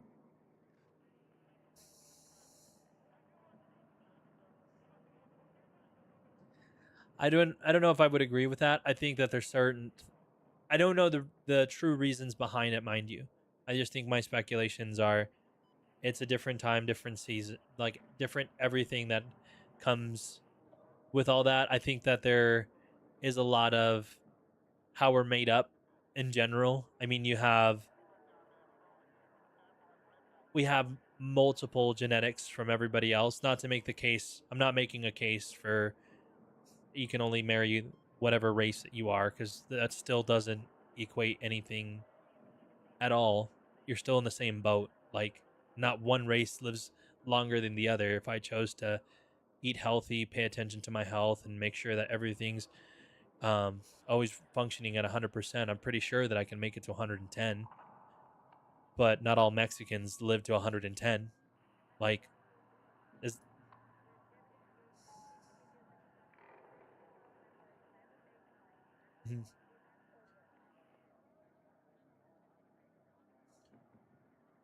mm-hmm. Yeah. So I don't think there's like a certain, hey, this is the I don't know, the Da Vinci Code for how to live in that type of state. I think it's directly correlated to like that was just a blessing of God. Like, God could withhold that. But they, like, I think part of the reason was that. No, I'm thinking it's just a blessing of the Lord to be able to live as long or have number of years. Because in the like, it's interesting that, well, the Lord did preface that one of the things of eating the apple was death. but there was no such thing as death in the garden. So, mm-hmm. Yeah, like you mean made the garden, Adam, Eve, whole nine? Yeah. Well, yes, Lucifer's a created being, but he's a rebelled created being. I don't know. Yeah, he fell with a third.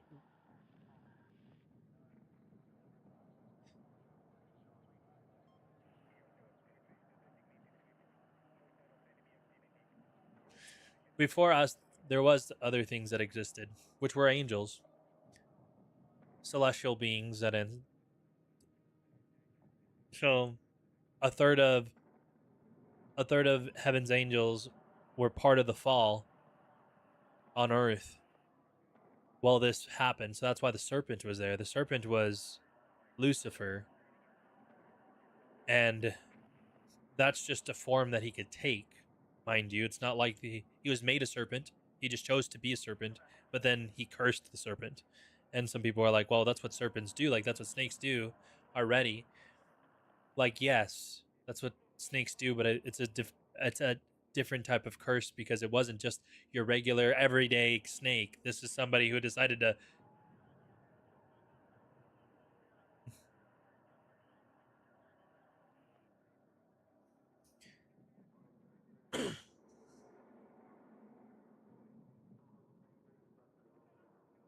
Mm-hmm.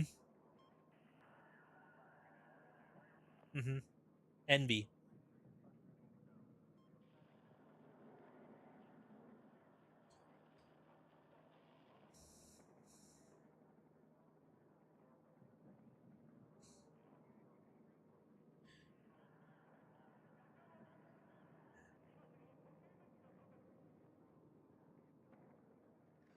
Mm-hmm. He heard him crying from the ground, and he's like, "What happened?" It's like, "Oh, nothing." It's like, "No, I hear him crying from the ground, and I know he's not alive." But yeah, that I think that's where just, but in general, to say like that's where it just all stems. A lot of it can stem from like when we have the knowledge now that we weren't supposed to. Some of the things that we weren't supposed to have. That's the great debate of like the Nephilims, for example. I like thinking about that stuff. Not that it's most of it's. I know they existed. Like we know that they existed. They're mentioned in the Bible. Uh, so it's not like they're these beings that do not exist, but it's more so like to prove any other idea of why the flood happened, all this other stuff. People have the speculations of like that's where when people go like, oh, there's this ancient technology that we didn't have or knowledge that we didn't have, and that's how all these things came to being. And so people attribute that to a half spirit, half or a half god. It's half breed, yeah, half god and half man, because that's what they were when the it says in the Bible too, in the New Testament, when the angels fell, they took the women of this world as brides, and that's what they created was a race of Nephilim people, which were half celestial beings, like half gods and half man, like mortal beings. Um, and I always think about some of those things. Like I just played God of War, and the Nordic region, uh, the Nordic religion or in that realm talks a lot about Nephilims and uses a lot of things about the Bible at the beginning. I thought was like extremely interesting. Like the Bible references the heroes of old when it comes to Nephilim. The common people that are referenced in today's day and age about the heroes of old. If I was to go to a comic book nerd and say, hey, yeah, I'm a big fan of the heroes of old, they're gonna instantly be like, oh yeah, I love Thor. He's part of the Avengers. Oh, and Odin and everybody else. Like you can start going down the list of all these Nordic gods that are considered the heroes of old, and that's how they're referenced through in history. And so they, I mean, even one of the nine realms is called Nephilim. So it's like, and they knew about Nephilim ciphers and things of that nature. So I always think about like this is more of a speculation on that aspect for me, but that even just from a point that we talked about before about like, are demons real, essentially, or believing if demons are real. That's why I think some of the things where I just know it's true. Like, how is there a whole religion that's talking about things that are even in the Book of Enoch? The Book of Enoch is not a biblical scripture text. It is written by an apostle, but it was not canonized by the Nicene and Council. So it's not something that I can say that it is for sure 100% biblical to think about. But that piece of literature talks a lot about the Nephilim race, and like makes me wonder like who moved themselves to Norway and that region. Denmark area I think was another area that was affected by that a lot, and created these, and or in Greenland, all other places, and created this religion literally based off of demons. Like, this is interesting. And it's almost like when you read the Book of Enoch, it's like somebody must have given him this book, and then this guy had to have gone off and said, this is going to be my new religion that I'm going to make somewhere else. Like 100%. Yeah. So it's really interesting in that aspect, but I think ultimately, like I said, it just in the context of the garden, he's the one unredeemed. Well, the third is the unredeemable things, because they willfully. That's their fall was because they wanted to also be. It's like they gain conscience, which is something that I always wonder, and ultimately, like I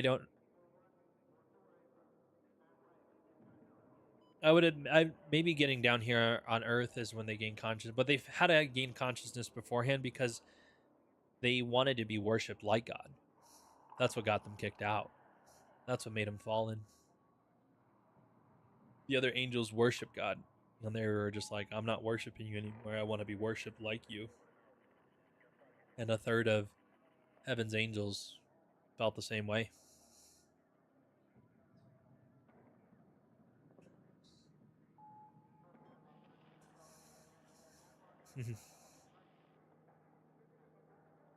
So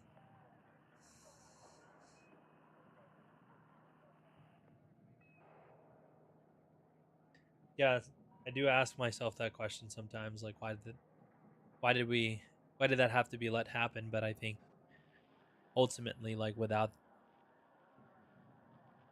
well, I mean, I'm thinking to myself, like I think that's the beauty in it, that how much God respects free will, like truly gives you, because people try to say like predestinationists are pretty big, like God knows everything you're gonna do, and he knows you're not gonna choose anything from against it. It's the idea of fate. And ironically, like even just playing through God of War, that's where I like doing this whole things is just more so drawing the Jesus out of things. And it's like that was the whole premise, is like they were like, fate isn't really a thing. Destiny really isn't a thing. It's a choice. And we have the ability to choose how things end.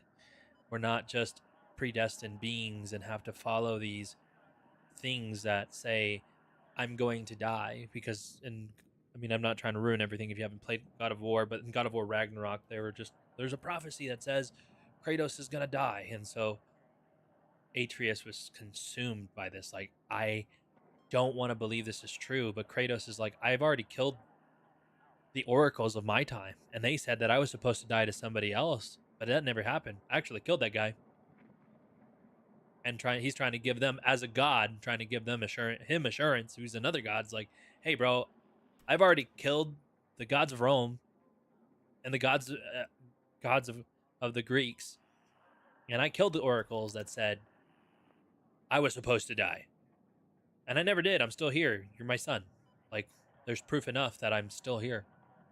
It's a choice. Fate. Oh.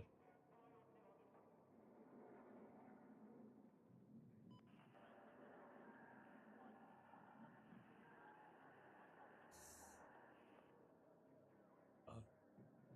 My bad, brother. You can go to bed. I appreciate you.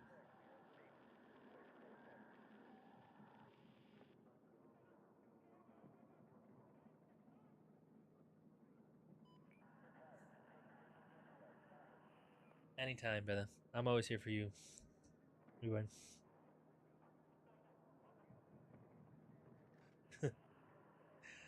I'll be alive for a little bit. My wife's asleep already, so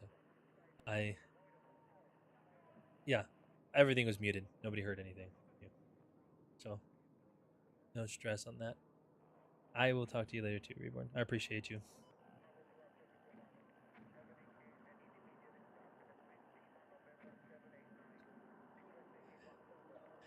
Long but great conversations. Jesus, bro. Jesus is the reason. I love it. Tab close. Can I close? Close tab. Tab close. Close. All right, guys. I'm gonna go to an intermission screen. Sorry, everybody coming in. I've been like, I just love having these conversations. So Reborn, if you're here, dude, I appreciate you so much because that's what I love doing. Talking about Jesus is always my favorite thing to do. But we're gonna go and do our Spider-Man playthrough. I am rusty as heck on Red Sec. But before I go to Max, you're still in here, dude.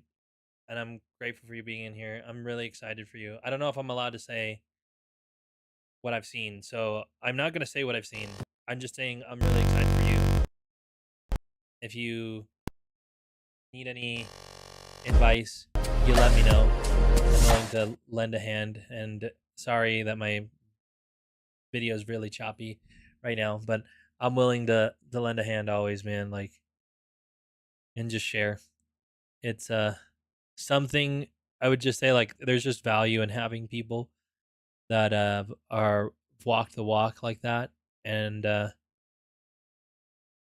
have like a few things that I always tell people when they're going through that season, to keep in mind. And I think one of the biggest things that you could do is just find other people, like, whether they've already walked through that season or they're also walking through that season. Because I'm gonna tell you this right now, bro. I've been pretty I'm not like, mind you, I'm not a prophet, but one thing that has been true, 100% has been true. I've had friends experience this already, is that you're gonna lose a lot of community just because of this. And it's not because it's a bad thing. I don't know what happens, bro. It's the same thing when I got married. When I got married, like, people just, like, I got married at, like, what is it? 18? No, 19, 20, around there. My wife was 19 and we were still involved, bro, and everything. But we just stopped getting invited to everything. And we're like, guys, nothing has changed. Like, there's just, like, I just get to live a different life now with my wife now, instead of my girlfriend. Now is my wife, mind you. So I was like, yo, let's chill. You know, I ain't gotta worry about jack on that aspect of things. But then it happened again when we walked through that season of life, and I'm like, bro, this is crazy. Like, but luckily we did have a few friends walking through the same season of life close to us. But they all noticed the same thing. Like, yeah, people that we talked to before just don't talk to us anymore. Like, couples that we have as friends don't talk to us anymore. And I don't know why. I think it's the most stupidest thing.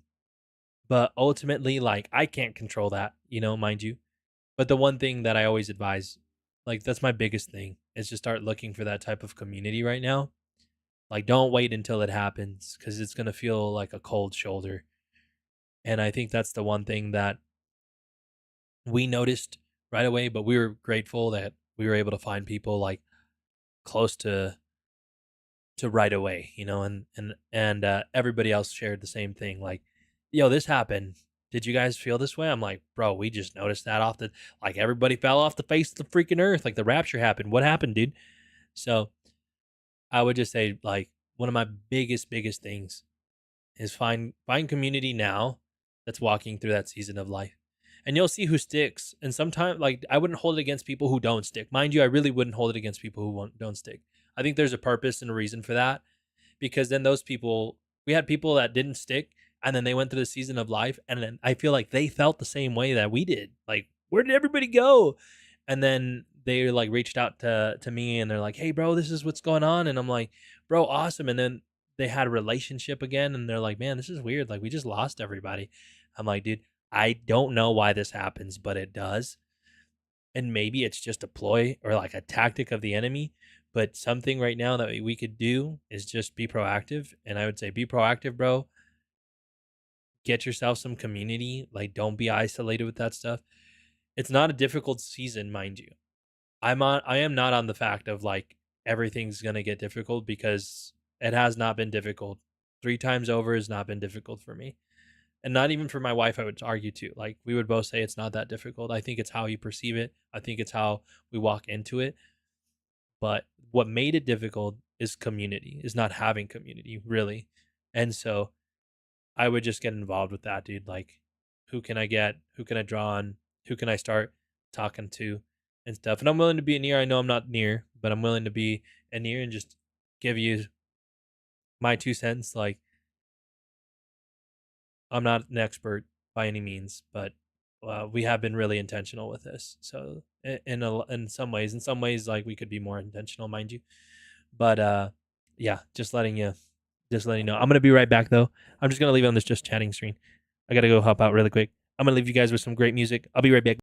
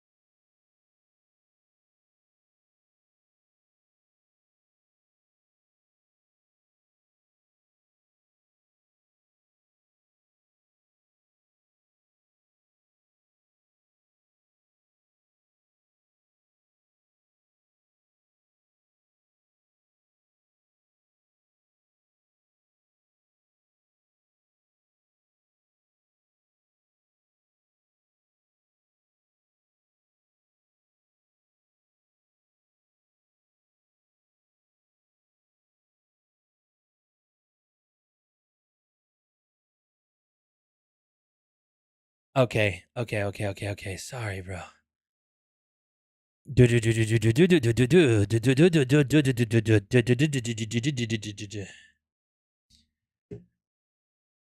I don't know what I'm saying.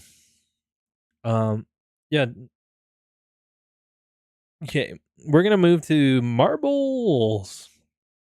Spider-Man, Miles Morales. I'm just trying to turn off this my nighttime mode.